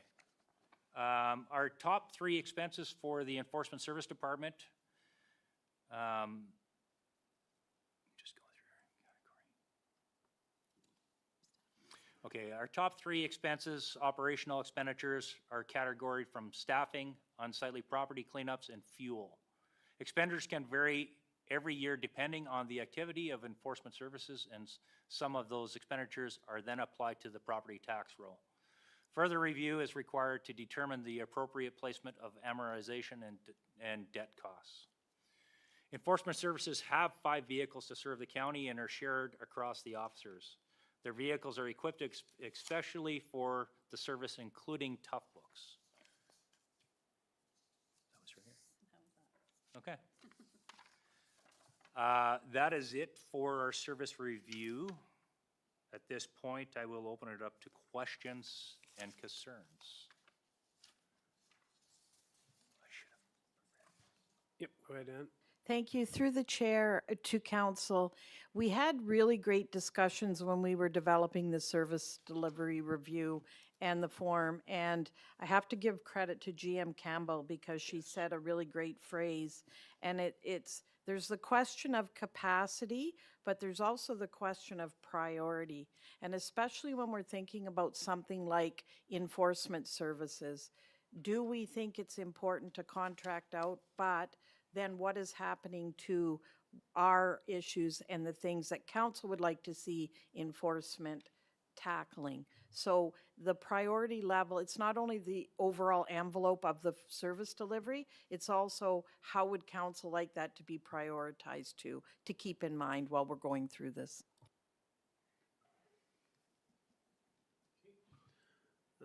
Jürgen, go ahead then, Dale. Just a question, just in that list of incidents, community standards, animal control, community standards, is that basically cleanups or what are we talking there about community standards? Through the chair and to council, community standards, we've generated a bylaw throughout our county with the community standards bylaw, which generally has a lot of our other bylaw citations or things that you can do in our community standards. So for instance, we have our land use bylaw, we have some animal control in there. It just gives a roundabout bylaw that a person could come into the county and take a look at to see what they can and cannot do or have on their property at that time. So it's just a condensed version of our bylaws into one bylaw. Sorry. Yeah, but my question was, you've got 112 incidents under community standards. You have 228 animal control. So the community standards, what falls under that? I can answer that one. Go ahead. So we've categorized community standards bylaw, the unsightly property bylaw, noise bylaw, land use bylaw, off-highway vehicle bylaw, traffic bylaw. And there would just be, sorry, go ahead. Through the chair, traffic is, we have a traffic bylaw as well. So a lot of our Traffic Safety Act stuff is through the provincial act. But we do still get complaints with the traffic bylaw. So again, it could be a simple parking complaint, which is then put in our system as a complaint. So it's an incident at that time. It's not a citation or a proactive enforcement. It is actually coming out of our bylaw. Okay, fair enough, that's good. So my question sort of tag teams with that a little bit. We're spending a lot of time on the animal control portion. And I think it'd be advantageous to have administration to look at, is there a cheaper way to handle that situation? And bring that back to council. We're asking professionals to go out and deal with, let's, for better words, animal issues.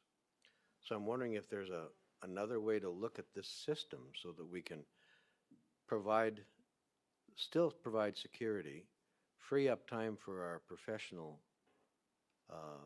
people like yourself, and have another department or another part that's already within the county deal with the animal issues.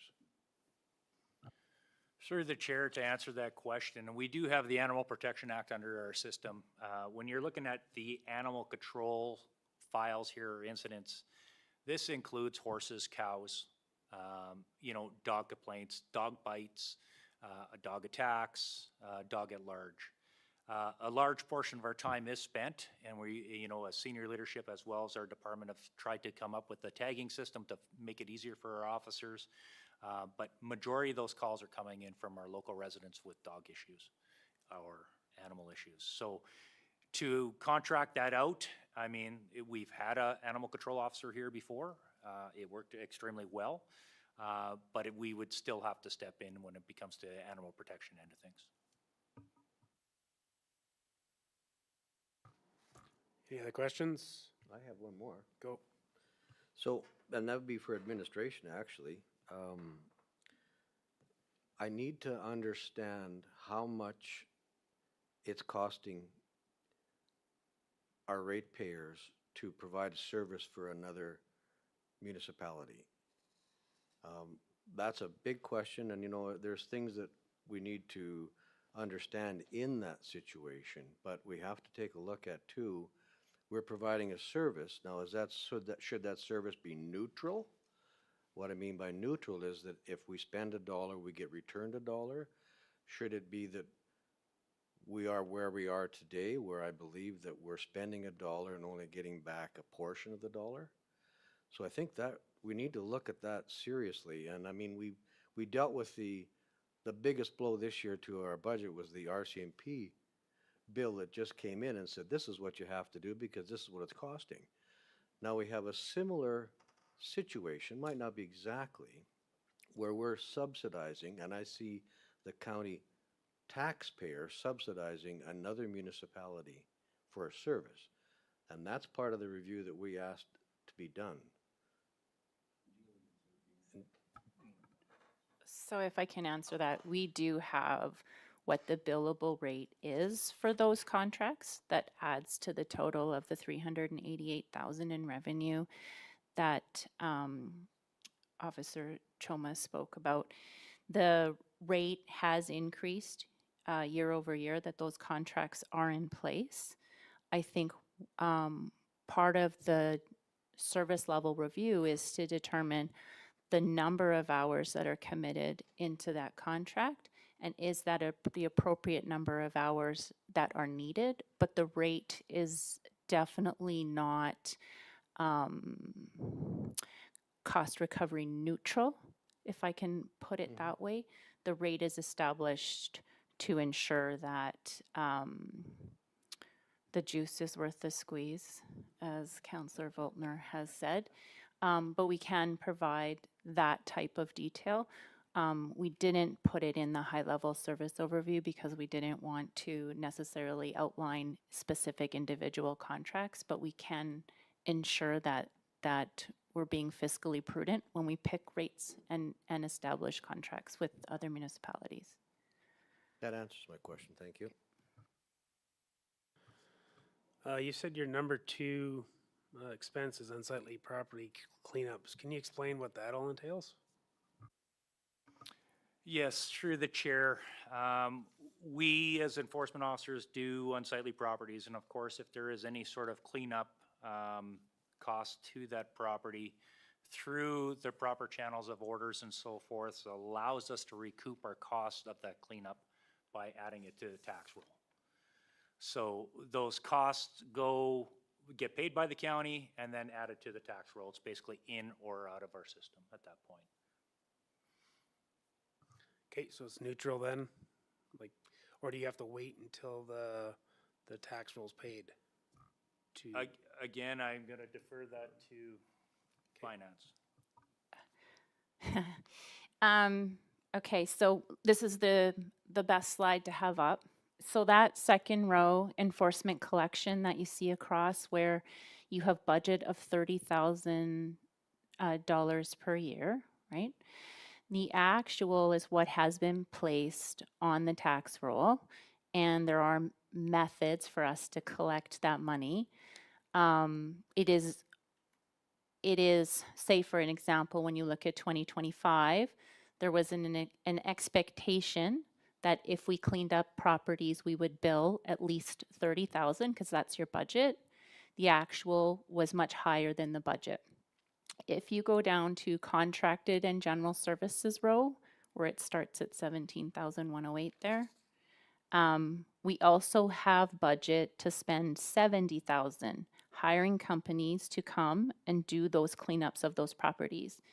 And they are billed dollar for dollar to those properties. So in 2025, we incurred costs of $61,000 to clean up, and we placed $61,000 on the tax roll. However, generally, sometimes, if we're going in to clean up unsightly properties, they may also be in other types of arrears. And that's where the amount would remain on the tax roll until either they sell that property and the money exchanges hands there, or we put that property up for sale and recoup the costs through property sales. So there can be a bit of timing difference, but the bottom line is, as Officer Choma said, an expense in and a revenue out. That helps. You bet. Okay. Any other discussion? Dale? So, through the chair then, so are we treating this as the complete service review then, or this what we're seeing today?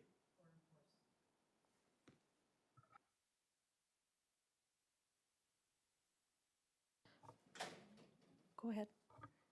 I think because we're doing this one for the first time, and in the written report, we've broken the service level review into 4 sections. This would be good to get some thoughts out on those.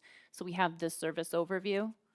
Then you talk about what your current service level is. So that's how much are we providing at what times of the year.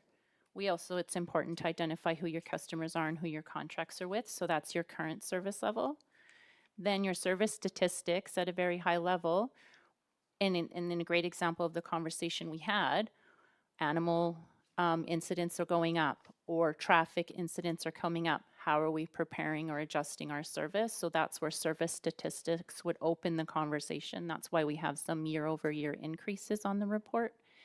And then how are you what's your resources used? So the number of staff and then your budget and expense. So we placed that format in a very specific way to try and have 4 sections of what a service level review would be. I think that these documents will be extremely helpful when we come back at budget time to reflect on what's causing your increases or your in revenue or expense, and what are those drivers. So in this example, we know the drivers are people calling the complaint line or requests or our contract hours. Those are sort of where we have to decide where we spend the resources of the 6 CPOs, if that helps. But I would be open to if you think something is missing on the service level review, because we do want to use those 4 sections across all services, which is why they're fairly high level, because I want them to fit well. But I'm happy for feedback. Barry. This is the Dallas or the finance team. You guys look for any ideas to make more money, become more efficient? Have you got any ideas that would help us make some decisions? Through the chair to Councillor Voltner. Right now, we're approximately 50% cost recovery for our department. With staff being off on vacation and the amount of call volume that we've been dealing with, does get us off the road for bringing in some sort of type of revenue because our time is tied up elsewhere on different calls. By increasing our staff, possibly. I mean, we could definitely bring in some more revenue that way, or increasing our contract hours, but then it causes more burden on our end of things here as well. So your expenses would go up accordingly, I guess, but it might balance out. If I could just add to that, the purpose of this service level review, when we look at this section related to service statistics and looking at trending, I think that's a really important place where now we're having operational conversations across departments as well, because there are support pieces within every service. And I think the service level review is going to open up that potential to start talking about what are some of the opportunities that we're seeing. So, for example, I wouldn't necessarily just take 2024 financials and go with them because there was a special incident in 2024. So that's why I wanted to provide, here's the average expenditures, here's your average categories. So we may look at, okay, our top 3 or 4 categories, and that's where we may be looking for efficiencies or innovation. When you go with like these 25 fire support, is that, I guess it would be just money from one area to the other, but do you bill like the fire department for that? Is that an expense for you guys, or is that revenue if you go on fire support? So through the chair to Councillor Dirksen, with our own fire service, we provide that support to them, and of course, we're not going to bill our own fire service. But when we do step outside to our contracted services, whether it's an emergency of flooding or fires, we do recoup our officers' time at that point. Ann. Thank you. Through the chair. And I think one thing to keep in mind too that we're looking for, it's really helpful for us internally as administration to do this exercise, not only for council and the public to understand what services we're providing, but I think it gives us another look at it saying, okay, here's how much time we're spending on our contracted services, here's how much time we're spending in Lac St. Anne County and figuring out the hours. But to Councillor Vogtler's point, it gives us ideas on how to look at different ways to do it. But I think what we're looking for from council is the information for you through the budget process. Then you can give direction to us of what you'd like to see in like, would you like more time in the county or more time with the contracted services? And then we could apply those and come back with some innovative solutions.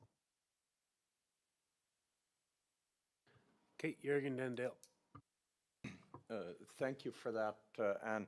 I think, and I really liked some of the questions. I think what we as council would really like to see is some scenarios and, you know, what you see as we move forward. Of course, we'd love to see a reduction in budget, but we also want your information back to us or your suggestions back to us. Do we need more? How do we pay for it if it is? You know, can you generate, and I don't want policing to just generate income, but I do think you have your ear to the ground and you know what may be needed for our county and even our contractors, but that's a bit of a different issue. And you've explained that is, it doesn't cost us money to do the contracts, and that's critical, but it can't take away from servicing our own residents as well. So does that mean extra people? If it does, then we need those numbers of do we need it really? And is it going to cost us money? And if, how much money? So I think it's great to have this discussion. Like Anne said, I like this, but I think we'd love to see some innovative ideas from you as well that come forward when we talk about budget. And if it's a reduction, great. If it isn't a reduction, we want to know why, because service is critical and safety to our residents is critical.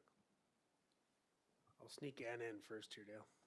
Thank you. And through the chair to Reeve Preichus, when we looked at the Alice, I really liked what Aaron did with scenario 1, 2, 3. So that's something that we could bring back to council, being that this is our first one, and look at some different solution. Is that what you're looking for?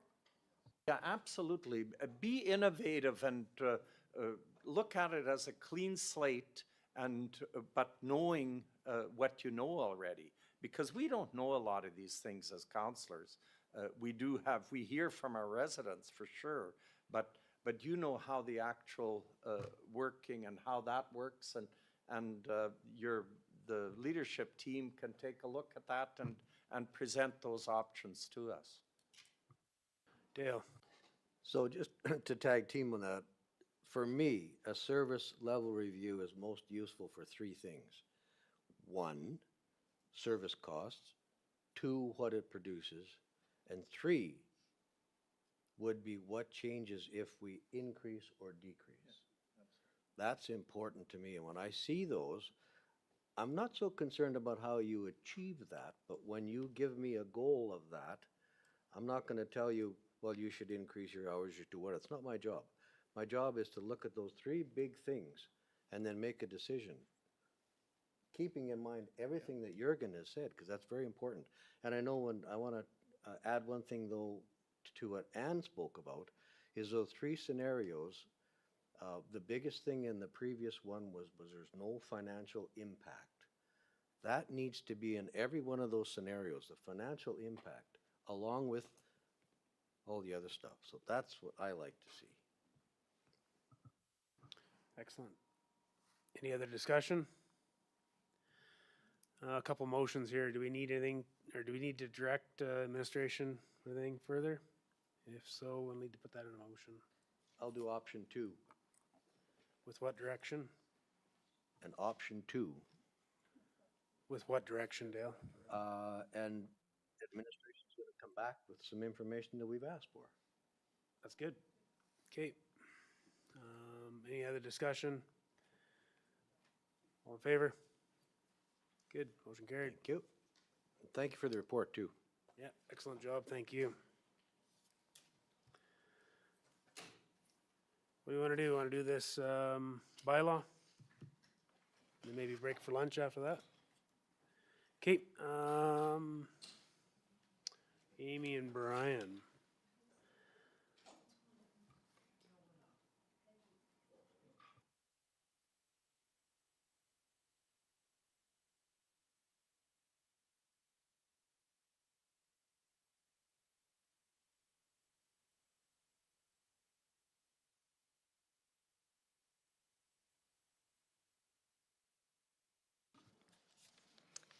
Still good morning. Our agenda item that we're bringing to you is for bylaw 22-2017-06-2026 to amend land use bylaw 22-2017 for Southwest 165604 west of the 5th, Southeast 175604 west of the 5th, and Lot 1, Block 1, Plan 2420108 within Southeast 175604 west of the 5th, from Agricultural 1 District, or AG1, to Aggregate Resource Extraction and Processing, or AR. And to add to that, Northwest 165604 west of the 5th, from Agricultural 2 District to Aggregate Resource Extraction and Processing District. There is a chart that's available just to make it a little bit more clear. Just for outside information, 3 of the properties are owned currently by Wayfinder. The second one on the list, Northwest 165604, west of the 5th, is currently owned by a landowner. Our motions to you today are that County Council give first reading to bylaw 22-2017-06-2026 to amend land use bylaw already previously listed from Agricultural 1 to Aggregate Resource Extraction and Processing, and or Northwest 165604 west of the 5th, from Agricultural 2 to Aggregate Resource Extraction and Processing as presented. Our second motion is that a public hearing for the bylaw to amend land use bylaw from those sections from Agricultural to Aggregate Resource Extraction and Agricultural 2 to Aggregate Resource Extraction be scheduled for August 20th, 2026 at 10 a.m. For summary background information, Wayfinder Corporation has submitted a redistricting application on May 1st, 2026. The redistricting is required to enable the development of Percuda plant pit for extraction and processing of aggregate resource. Wayfinder is also looking to install an add-on slurry line to existing infrastructure at the Big Molly plant. Wayfinder Corp hosted the public open house on May 14th for this application, and including additional future plans in the area. Approximately 40 community residents attended. Comments from the open house were submitted as part of permit 26D0107 and 26D0108, and they included dust from Big Molly piles traveling south to residents on south side of Highway 43. They included the natural gas effects that may be caused by this line. There was concern about the 24/7 operations, light and noise pollution that are effect of that. Questions regarding the wells on the properties to the east of the development. Worry, once again, in noise pollution, dust and airborne contaminants, land value decreasing, traffic, wetland disturbance, wildlife disruption, and groundwater. This is from the landowner from the west side of the property, and landowner leases land for grazing. One residence was from Edmonton, sorry. Although all attendees were asked to fill out exit questionnaires, many did not complete and some refrained from putting contact information. There were studies submitted as a part of permit 26D0107 and 26D08, D108, Those studies were available for the previous public hearing and will be a part of this one as well. To provide a little bit of background information on this area of land, it is directly north of the properties that we were speaking about this morning at the public hearing, just 1/4 section to the north of the existing ones. These are new properties. And in the MDP, the 1/4 sections are within the Agricultural Heartland Policy Area. The soil classifications for these areas are 5T and 3D. We bring this up because the Agricultural Heartland Policy Area is a low-medium priority for aggregate resources. However, the Class 5 is very severe limitations with adverse topography, which does restrict agricultural use. And then there's also some that are designated as Class 3, where they have some moderately severe limitations for agricultural use. In our MDP, gravel extraction is encouraged by Lac-Sainte County and for the continued accommodation of resource-related developments. We do encourage this type of development where measures have been able to reduce conflict with surrounding land uses. The idea with the aggregate use is that we do have this separate land use district for aggregate extraction activities and require that the land be redistricted in order to allow the development permit applications. This proposed bylaw does redistrict the lands legally described and shown on the map identified for 1/4 section A from agricultural 1 to aggregate resource extraction and processing. It redistricts the lands legally described and shown on the map in 1/4 section Schedule B from agricultural 2 district to aggregate resource extraction, and it amends the maps within our land use bylaw to reflect these changes. I'll now open the floor for any questions. Thank you, Amy. Discussion? Dale? So the report, I think is a great job for first reading and taking it to bylaw, but for a open house. There are some questions that I believe will, after the open house, that I know personally I will be asking. I don't believe they're at this point. First reading is to get it on the floor, start the whole process so we can ask those questions and have the public input, have the owner's input, and then have our questions answered as well. So I'm certainly in favor of making this a first reading. Thanks, Dale. Jürgen? I would be prepared to make motion 1 that county council give first reading to this bylaw. Any other discussion? So just for clarification, does that one, motion 1, does it say it's going to go to a public meeting and a date? It doesn't. No, that would be the second motion. Okay, thank you. So motion 1 will be just to give it first reading, right? Correct. Any other discussion with that? And then we'll move on to the second motion. All in favor? Okay, all in favor. This is first reading. Then we got the second motion to schedule the public hearing. Mike will make that motion. Are we all in favor? Or discussion? All in favor? Okay, good.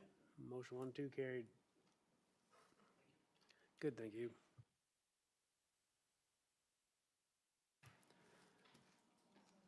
All right, are we good to take a break? Yeah, we got a little bit more to go.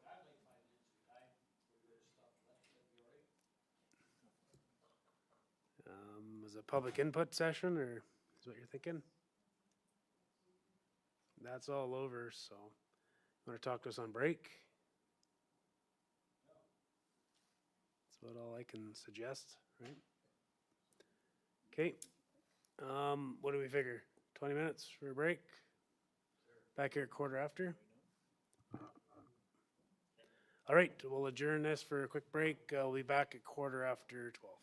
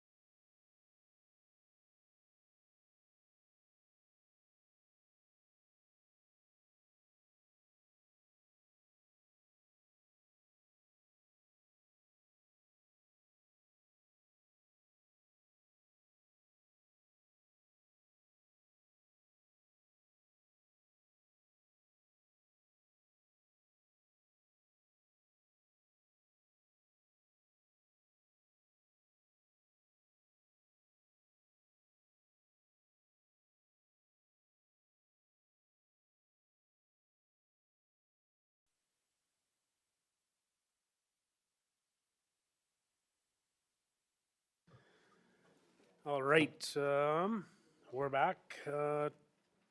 Next up on the agenda, correspondence. Want to work on that? Yep, that'll be Trista. 12B1, Alberta Beach. Correspondence.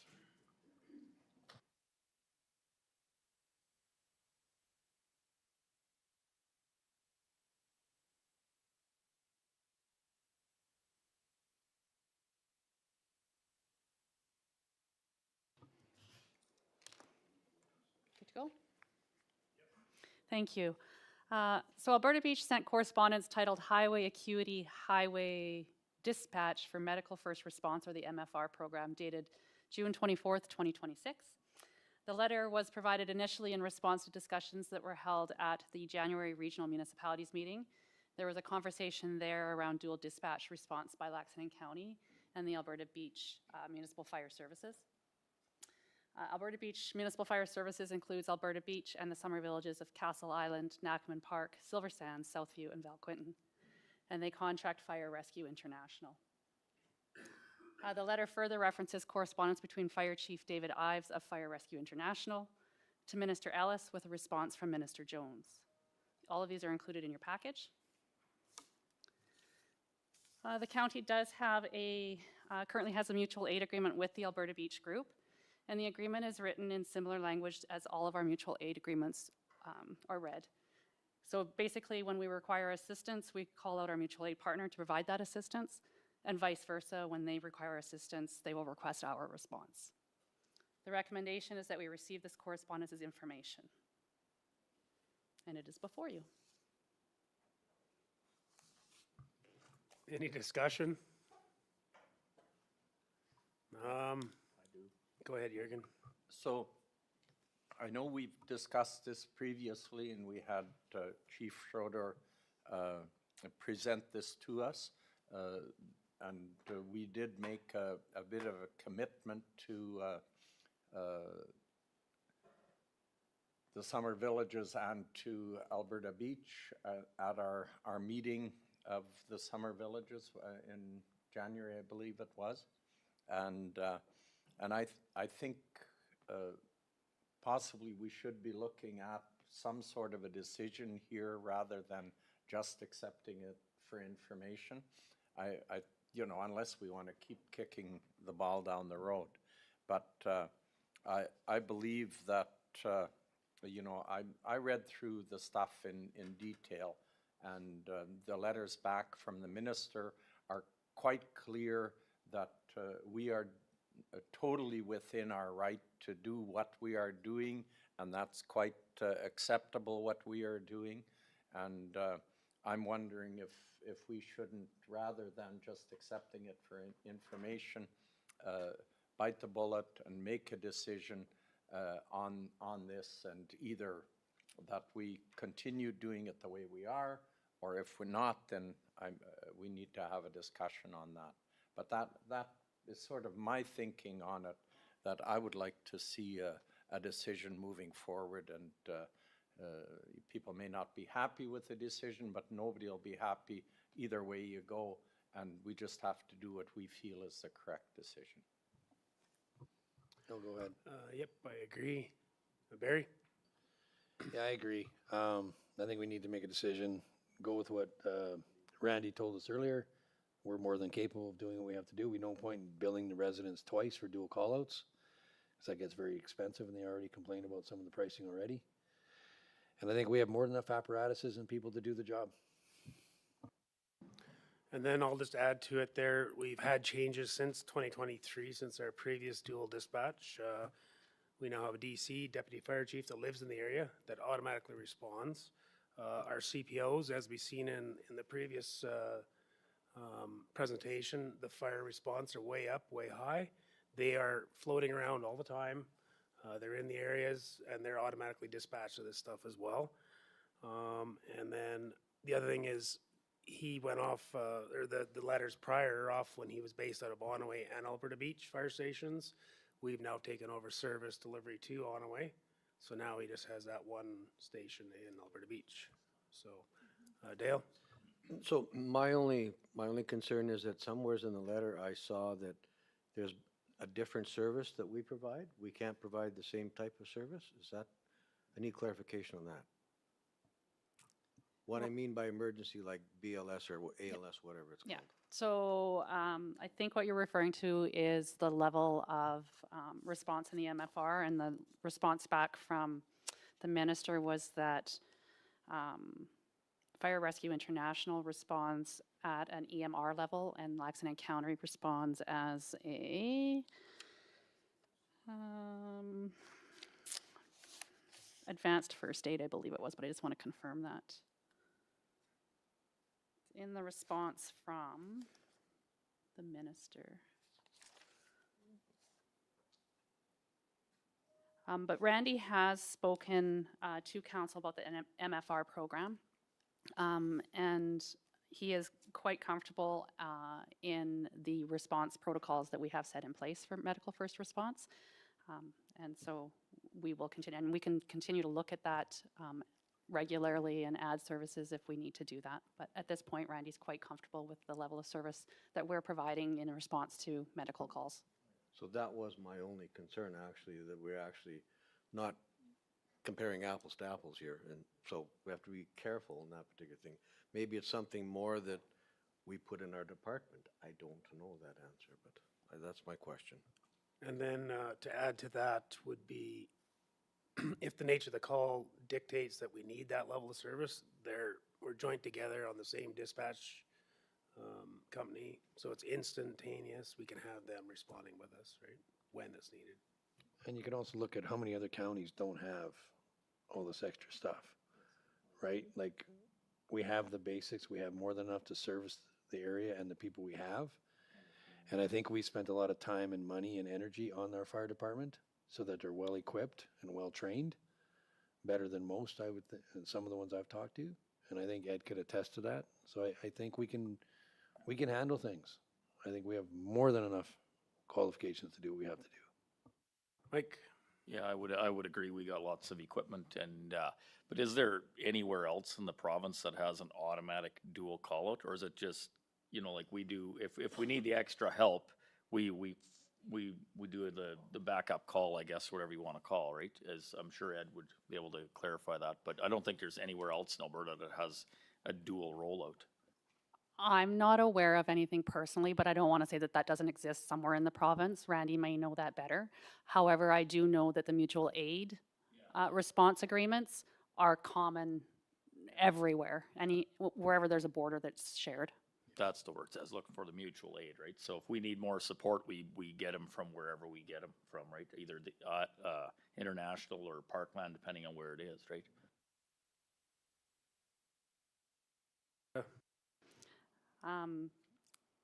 I lost one of my trains of thoughts, but the other one was I just wanted to add that in addition to what the minister has said as far as the county having jurisdiction, we also do still have a permanent injunction on file that from the courts that also agree to that statement. So the county does have jurisdiction, and we can or cannot call in mutual aid. We're not required to have the dual dispatch. I suggest we just leave it as is then, if we want it, and then it's just done instead of kicking it down the road. Yeah, that's what I got here. We respectfully decline, or thank Alberta Beach for the offer, but confirm that we're happy with our response protocols and our service as it stands today, right? And our mutual aid agreement too.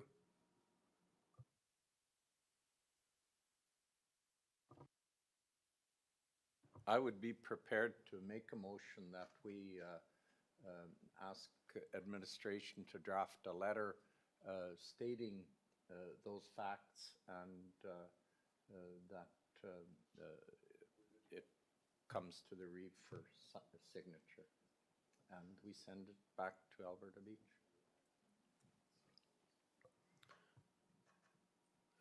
Jürgen made the motion. Any discussion on that?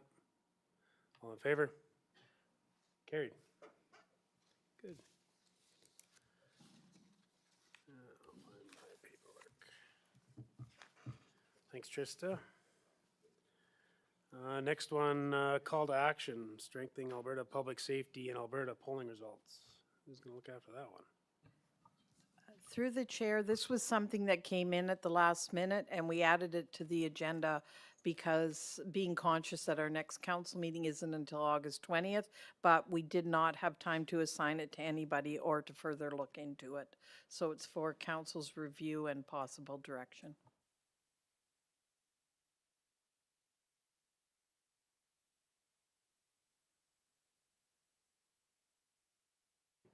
Again, just a comment on that. I believe that's the right way is, I'm not prepared from my position, and council can certainly change my opinion maybe as well, but I don't believe we're ready or even have a decision as to whether we support that, say support the RCMP or don't support provincial police force or don't support. And I don't believe we should just sign on to this without really knowing what it is that we're looking for. So it's fine to get this, let's have it for information, but I'm really not prepared to suggest that we sign on to that. Yeah, and I would agree too. Jill? Yeah, I'm in agreement as well, and I think in the past we talked about that Alberta provincial policing with the Mr. Ellis, and if we could maybe bring that back forward. Thank you. Through the chair, yes, we're trying to get in contact with Minister Ellis's office because we were waiting on some follow back, so we'll keep council informed of that. All right, somebody want to make a motion for this? Barry? I'll do option one, see for information. Any other discussion? All in favor? Motion carried. Good. And CAO quarterly tracking update up next.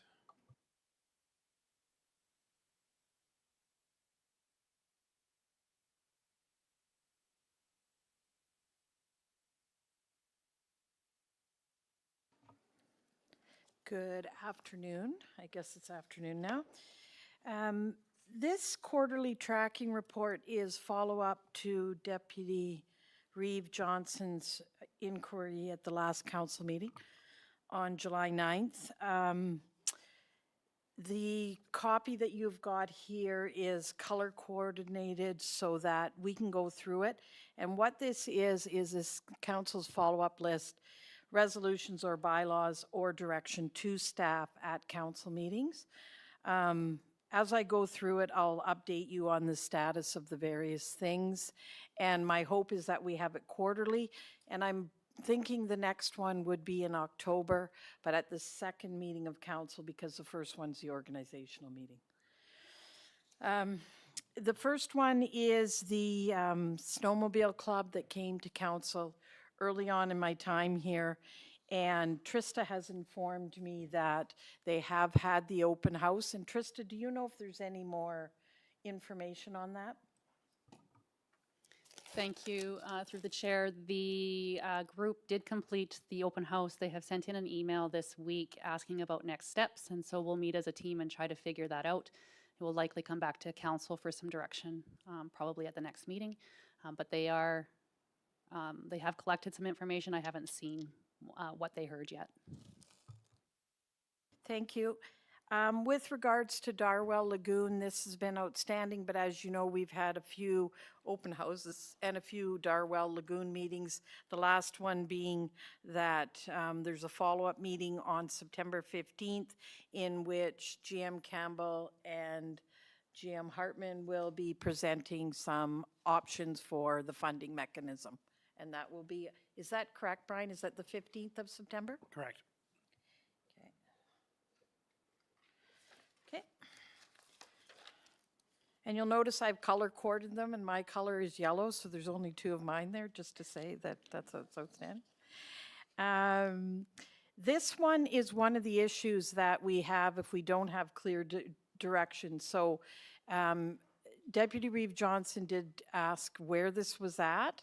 The one good thing about having everything videotaped is we were able to go back and look at the videotape. It was accepted for information, but there was other information expected and direction. So we have to make sure that we're capturing exactly what council's requesting. And so that was an instance in which we didn't do that correctly. So we'll bring that information back to the August 20th meeting. Okay. Darwell Lagoon, we've explained that, and that is outstanding as well. There was another resolution of council to look at gravel program. We will be doing a kind of education orientation session with the new GM of operations on gravel roads, and I believe that's in August, scheduled for August. The policy for those little odd parcels, if you remember right, came to council with the assessor, and that's been assigned for a policy update to deal with those parcels. So that's in the works. The Speedway is coming along. There was a little bit of negotiation to do that I believe will be completed this week. So I have to say to the team, and the team's been working very effectively with the proponents, and that should be cleaned up before the next meeting. There's the Darwell Lagoon again. Core testing for 540, I believe we've answered that. So this one is completed effective July 23rd. CAO bylaw will be coming back to the August 20th meeting for second and third reading. And I believe there was some questions that will be answered about specific parts of the bylaw as well. The aggregate piece, that will be coming to the August 20th. We were hoping to get it through to this meeting, but we were coordinating with the legal, so that'll be coming back because council had some questions about the aggregate and the legal ramifications of the zoning piece. That's the same. With regards to public hearing, that's been dealt with, and that is too. High-level copy of expenses for service provision is actually in your package. So unless you, after this, ask for more information, this one will be completed today as well.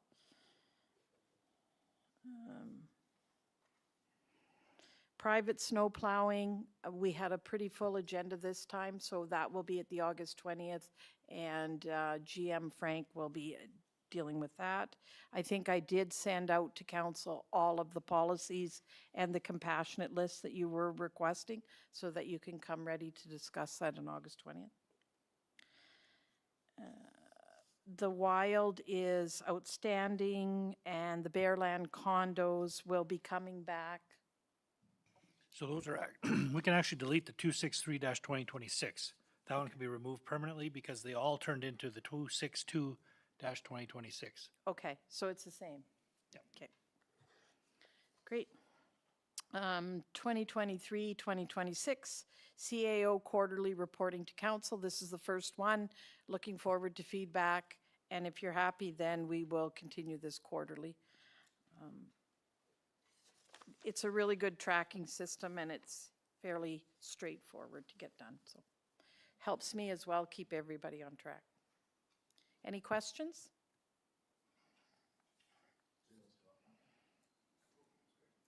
Go ahead, Dale. Through the chair, and this is exactly a great step. We're able to see, there's a couple things that might help me, and that is, are you able to, on the resolution number, are we able to give that a link? So if I hit the link, it takes me right back to that spot in the meeting? I'm not sure, but I don't think I should be able to, yeah. That would be one thing, and Or would you like the actual resolution itself? Is that what you're looking for? Yeah, because what I'm having to do is I got down the list, okay, I gotta run back through all my minutes and find out what is 88-2026. Oh, okay. Right. You Gotcha. know, We and- can do that. it might be advantageous for everybody. I'm not exactly sure. Also on here, Well, oh, sorry, Dale, the actual resolution's written right here. Yeah, I know so- that. Oh, yeah, Yeah. okay. So that's not what you're looking for? no. Oh, And I suppose the reason that that happens is because when I look at it on my phone sometimes, it doesn't give the whole document. But it would give me the link to what we're talking about. okay, because that's why, I think that's why the resolution is right there, so we don't have to write it out. So you can have the number, the resolution number, and then the actual wording itself is right there in the middle, so. So for example, like, on the top of the second page, 108-2026 for information. Yeah. Although this was accepted for information, there was a request for administration to see if there was a need, which is what I did, so I know what I was doing. But if I wouldn't have done it, I would have had to go back and take a look. What is that reference to? If I was looking at the document. Do you understand what I'm saying? No, Well, that one is missing. yeah, that one is missing, that, It's missing. yeah. Yeah. Okay. Well, I guess you're hearing what I'm hearing, a couple things that I am. And the other thing that I kind of was wondering, rather than, there needs to be some place there, rather than assigned or in progress, we talked this morning about a project being like 85% done. I'm not sure if the rest of councilors want that. That would be what I would ask for. Yeah. I think completion, a percentage of completion, I don't know if that's possible with all of them. It would, I could do it, but I would caution council that's kind of getting into the weeds a bit. And it would be a guesstimation on my part because some things are in flux. I delegate a lot of things and I say how that's coming along. They say we're getting there, like, you know what I mean? So I would say it's maybe a bit in the weeds. Okay, and that's fine for me. I mean, if I never ask, I'll never will know, Yeah, right? So I'm happy with that. okay. And is there any way this kind of follows in with your KPIs? Yes, it would because we pull out everything that we're doing under the KPIs, so, yeah. Okay, great job, thank you. Okay. Any further discussion? If not, I'd accept a motion to accept this as information today. Mike, any other discussion? All in favor? Carried. Good. Oh, Sorry, I'm a little late to make a comment, but I think what's nice on that one, you're asking the question of how far along is it? Look under the due date. And that sort of tells you that, how close it is or when it's being brought up. So some of them, in the verbal report, let's take that 197-2026, that's been a bit ongoing, but we had the report today. So the due date was 28th of May. I think that one might have been the day it started. But that doesn't have the due date. But all the others are due date, which is pretty helpful as to where we're at. Thank you. Through the chair, and I do agree the due date's helpful, and we try really hard when we're here at council to manage expectations and say, it's going to take us this long or that long so that both council and the public know when they're expected back. And the way the report was set up too is the oldest ones are on the top. So you can kind of gauge it that way as well too. Bo? Yeah, just to further on that link for that document, I tried bringing up one of the resolutions, a number on our website, 114-2026, and it comes up unfound. So I think the link in this document would be extremely helpful to go to the actual resolution or whatever we're looking at here for quick reference.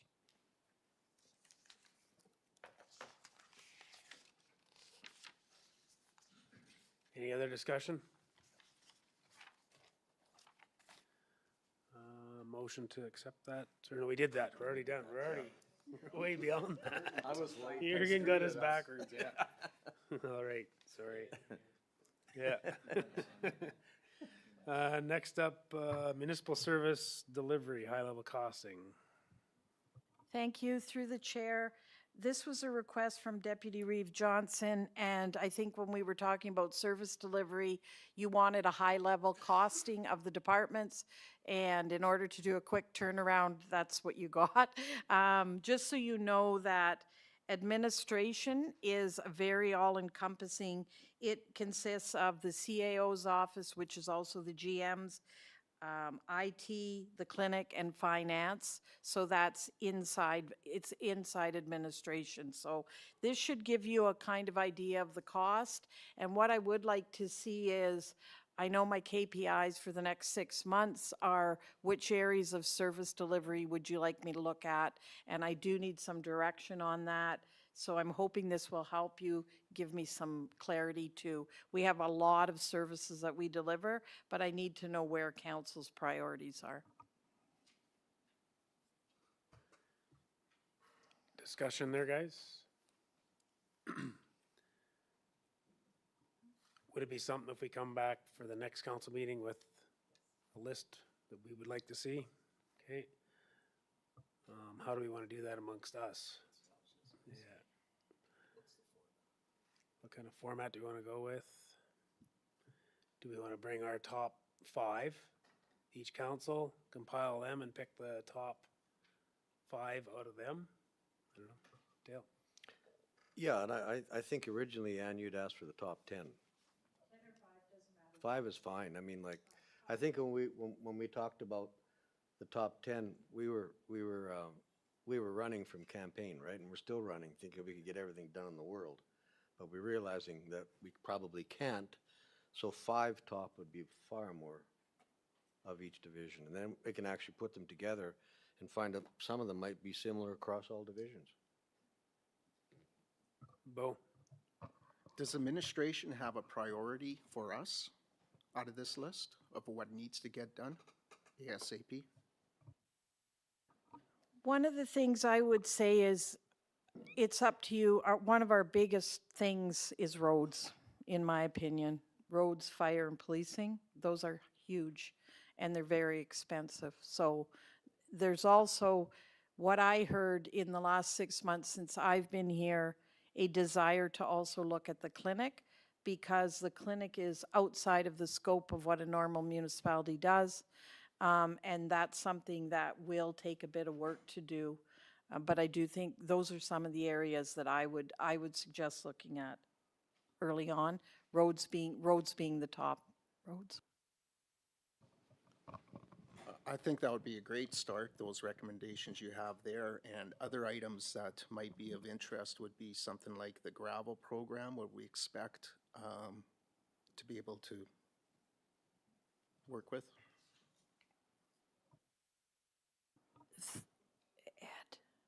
Yeah, sorry. And through the chair to Councillor Knish and council, I think too, earlier we talked about policing. We don't know enough about costing with policing, and we should be looking at policing too. There's been some conversations regionally, whether we look at regional policing. Everything's still up in the air and a lot of questions. It will take a little bit to nail that one down, so administration would need some time to do that. But I do think that's pretty critical, giving the cost to our ratepayers right now. Okay, Brian, Nick, just Nick? Okay.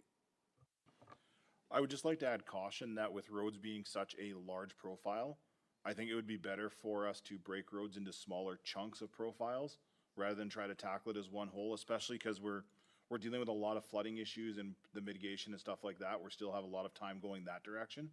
So if council was okay with it, I'd rather we broke that into 4 or 5 segments and took it into smaller chunks. Can I outline how we do the quarterly reporting for roads? Because we do have it broken out already, and maybe this will help. I had texted Nick saying, I'm concerned about the amount of capacity. So doing the enforcement service level, it does take quite a bit of time, knowing that the top priority is for us to get information to send to the province for the flood rebate. I don't want to take away time from that, but how we have divided roads up for our quarterly reporting, we have one section for bridge maintenance, we have one section for culverts and drainage, another for dust control, one for road maintenance for hard surfaces, one for fleet services, and then one for general. So when we do the quarterly reporting, we actually divide road transportation into 6 areas. Thanks, team, for that. And to GM Campbell, what is under general? It's predominantly managed by Brad Parker, and I'd have to break that down. We pulled out dust control, culverts, and drainage, but I'd have to look and pull that apart for you. Okay, thanks. And I do like that. I do like the breakdown of it. That's good. Nick again? Sorry, I just think one of the things we may want to add on that, I know it's captured in the report, but I think we should pull it separately, would be these oiled surface roads that are contained in multiple subdivisions.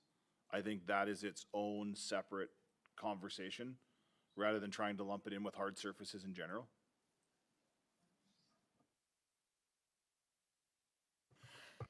Through the chair to GM Frank, I'm going to put you on the spot. If we have all these things, what's the top one? I think we've identified top one as understanding the gravel program. That's why we're doing the training session with council. And I believe out of that training session will give us some opportunity to have that service level conversation with a little bit more direction. That's why I requested that we do that ahead of time. And after gravel? I'm thinking way down the road. After gravel, I think the next priority would be to move into our hard surface residential areas. I'm just going based on which ones we see the most call volume and concerns with. So those are the ones that have the highest direct effect on our ratepayers. So that would be how I would break those two down. And then we could move into paved and other surfaces beyond that. Okay. But I think those two to get fully understood in a service level, we're talking a whole entire calendar year. Okay. Thank you. Barry? When we get into these, the roads and stuff, the LGFF funding, can we get a breakdown of what we actually get and what it would be, funding would go to? Because that's one thing we missed in the budget this year. We really wasn't broken out for us very well. And I want to understand it myself. This money is going to this road to be completed. It's going here. Okay, so we can have a better idea as the projects are being updated or projects are coming to the table. As Mike had talked earlier, like this road's going to be paved on this year. This is the funding coming in for it. Okay.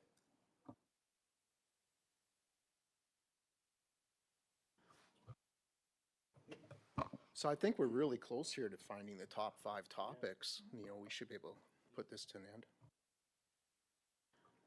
So if we picked out of like Nick's portfolio, like 1 or 2 things there, right? So gravel. What's that? Yeah, I know, but pick 1 or 2, like the gravel and the oil roads for subdivision residential, right? I would add fleet services to that. Fleet, okay. And then fire, clinic, and policing is what I had on my list. So there's 1, 2, 3, 4, 5, 6. So instead of 5 or 10. Good enough to start. Are we happy with that as a council? Could we add ag services to it and campgrounds? How about we add that after these ones are done? Sure. Sure. Can I, oh, you go, I'll wait till you. I mean, it's pretty clear that the ones with the biggest numbers are our priority because they will have the biggest impact on our budget and our service delivery in most cases. I think there's certainly some priority on all those things further down, but none of them have as big of an impact on it. Like when you got a $3 million budget as opposed to 150,000, doesn't take a brain surgeon to figure out which one to spend some time on to see if we're doing it right. So I do believe just using those big item numbers that's where we have the biggest bang for our buck improvement if we can. And we, as we discussed before, if we can get administration to come back to us on the efficiencies that are possible in there, and then it'll help us to make informed decisions. And through the chair, I think to your point, I think we mentioned this earlier, while we're looking at this, all of us administratively should be looking every day at efficiencies. So all the other departments, it's not like we're just looking at this, we're looking at everything all the time. Because really our job is to deliver services as efficiently and effectively as possible. That's why we get up in the morning. None of them are exclusive of each other. I think everyone should be doing that. And I would say too, to be mindful that some of these bigger ones are going to take longer, as GM Frank mentioned, but we can also do some of the smaller ones in between while we're working on those, because it depends on capacity as well of staff too. I always think they can do more than, and then they give me a little grief after, but that's fine. Can do it. Any other discussion? Two options there for the motions. Somebody willing to make? With the list, if we wanted to go with that, the list would be gravel, fleet, oil roads, fire clinic, policing.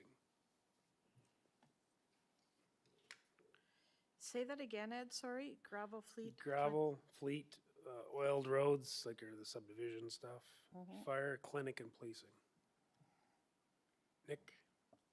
Through the chair, I would recommend that we move fleet behind the gravel roads and the oiled surfaces, because the determination of fleet will have a determination on what we can and can't do within those.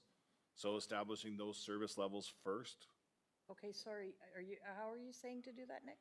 So he had gravel roads, fleet, and then oiled surfaces. I'm saying to bring the fleet behind those. Because what we depend on, what we decide for those service levels will directly affect the fleet and the conversation around that.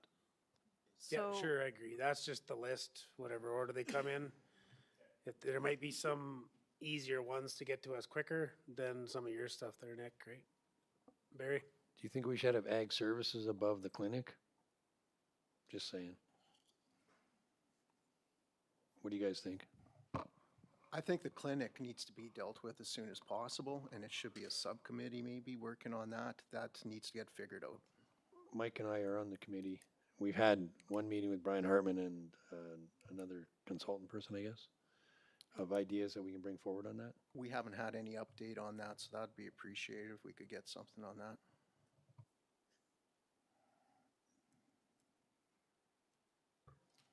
Do we want to add ag service in?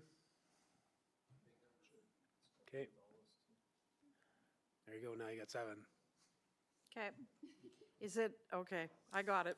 I got enough.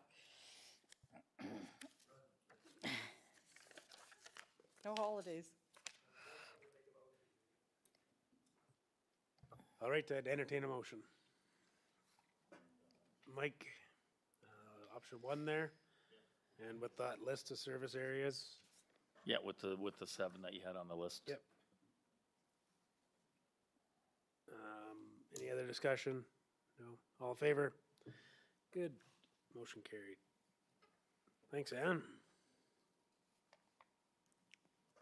I'm just going to stay up here because I have 14 or 13. Kate, you want to do that first then? 13.2, the notice of motion or what? Sure, let's do that first. 13.2, notice of motion, AIIP.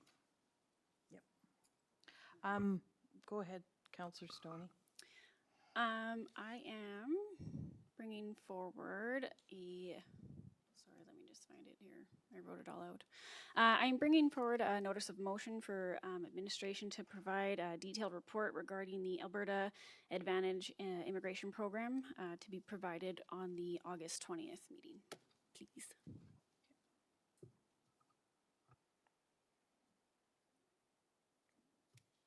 Do you guys want to vote on that, just to bring in the information forward? Yeah. Bring it forward. All right, a motion to bring that up for the August 20th. Yep, I motion. Jill? Discussion? All in favor?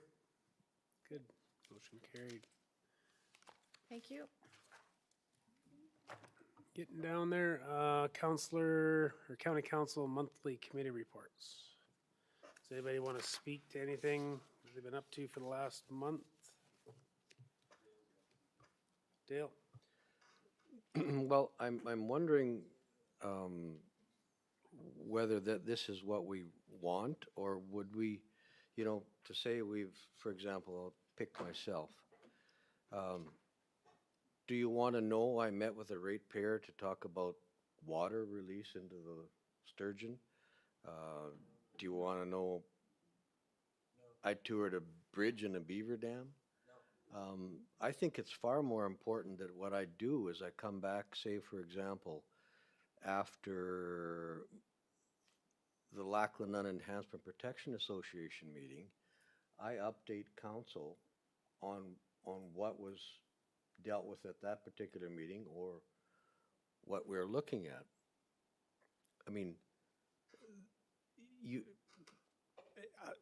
just told me, or generally you said you don't really, doesn't matter to you, and am I putting this in here for public, or am I putting it in for council's help?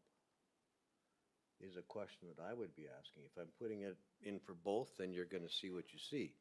If I'm putting it in for public, then you're gonna see what you're gonna see. If you're putting it in here for our own, then I would be bringing back a report of the committee that I sat on. So I kind of need clarification on that. And Thanks through the chair to Deputy Reeve Johnson. The intent of this is to show the public what council's doing outside of council meetings. And if there's anything specific that you want highlighted, that's the time to do it. Does that help? Yeah, it does. I mean, I don't have to record everything then, and I don't have to bother putting the county council meeting down because we know we're there, right? Thank you. like I like to highlight, Dale and I went to a 60th wedding anniversary in Cherrill for Bob and Sharon Oslin. Honored to be invited. Dale played the music, right? There's a bunch of history there. Mrs. Oslin was my grade 1-2 teacher, so it was kind of a very proud moment to be there, right? And I was able to be there to give a county plaque on our behalf, on council's behalf, right? Congratulating them. So just to highlight, like, I think that's what more this should be geared towards, is highlighting what you've done for the last month, right?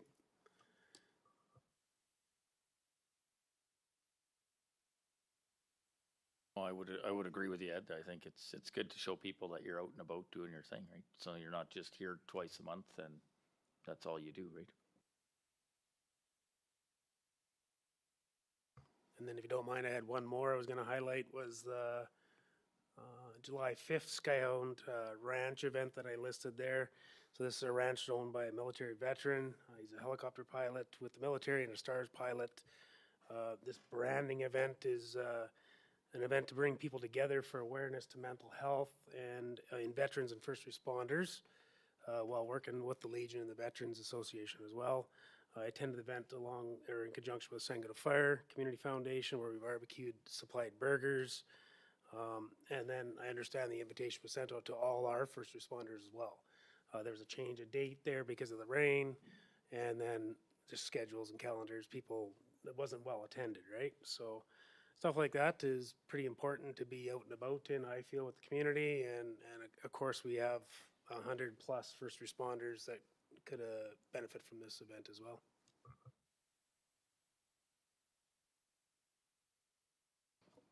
I'd like to bring one thing up. Hey, Ed, do you know that 6K run for PTSD for the firefighters? Like, let everybody know that I'm going to be running that, and if anyone wants to join me, it would be great. I think it's a good cause. October 5th or 6th. And then we have 12 or 14, first responders running in that one as well, of ours. So I'm just laying it out there. If anyone wants to run, let's do Spruce it. Grove. I see everybody just waiting to go, but have some whiskey at the end for me. Sorry, I'm busy that day. Like your wife would say, I got a thing.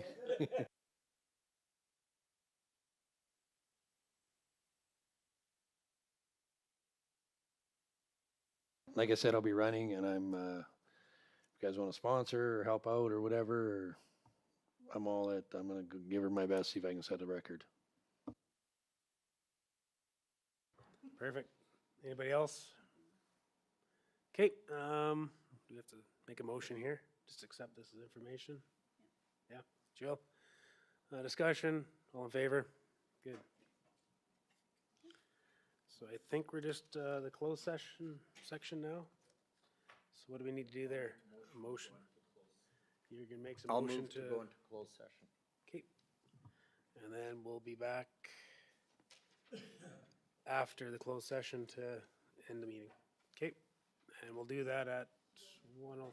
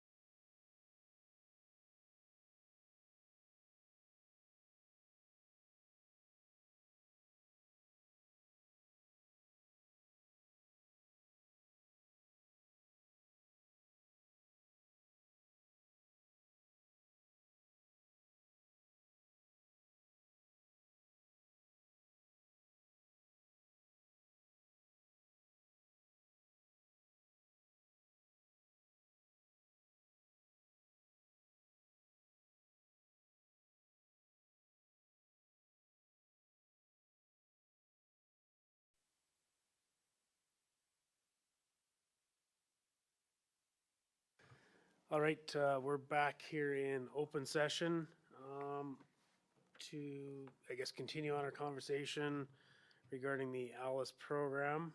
Receive some information to help us make some decisions to either move this forward or accept this as information. Where do we want to go? Dale?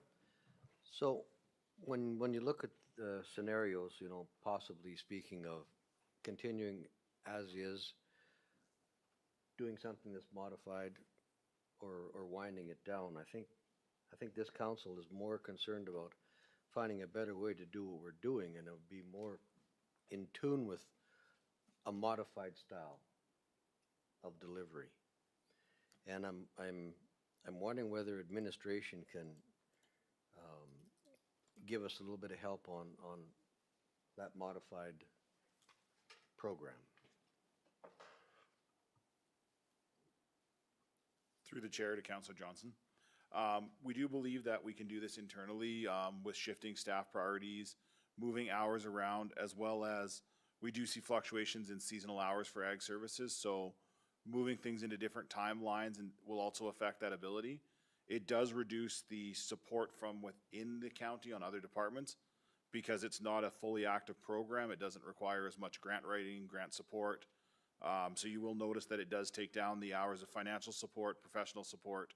So generally moving that way reduces and creates a stronger efficiency throughout the county. And it also fills in the ability to make sure that we're working fully efficient as well. Thank you for that explanation. Any other discussion? Somebody? I'll make a motion. To move us into? The modified program? For 2027? For 2027. Sound right, everyone? Yep. Any other discussion? All in favor? Motion carried. Good job. With that, I guess that ends our meeting for today. We will adjourn it at 1:38 p.m. Thanks, everyone. Thanks, everybody.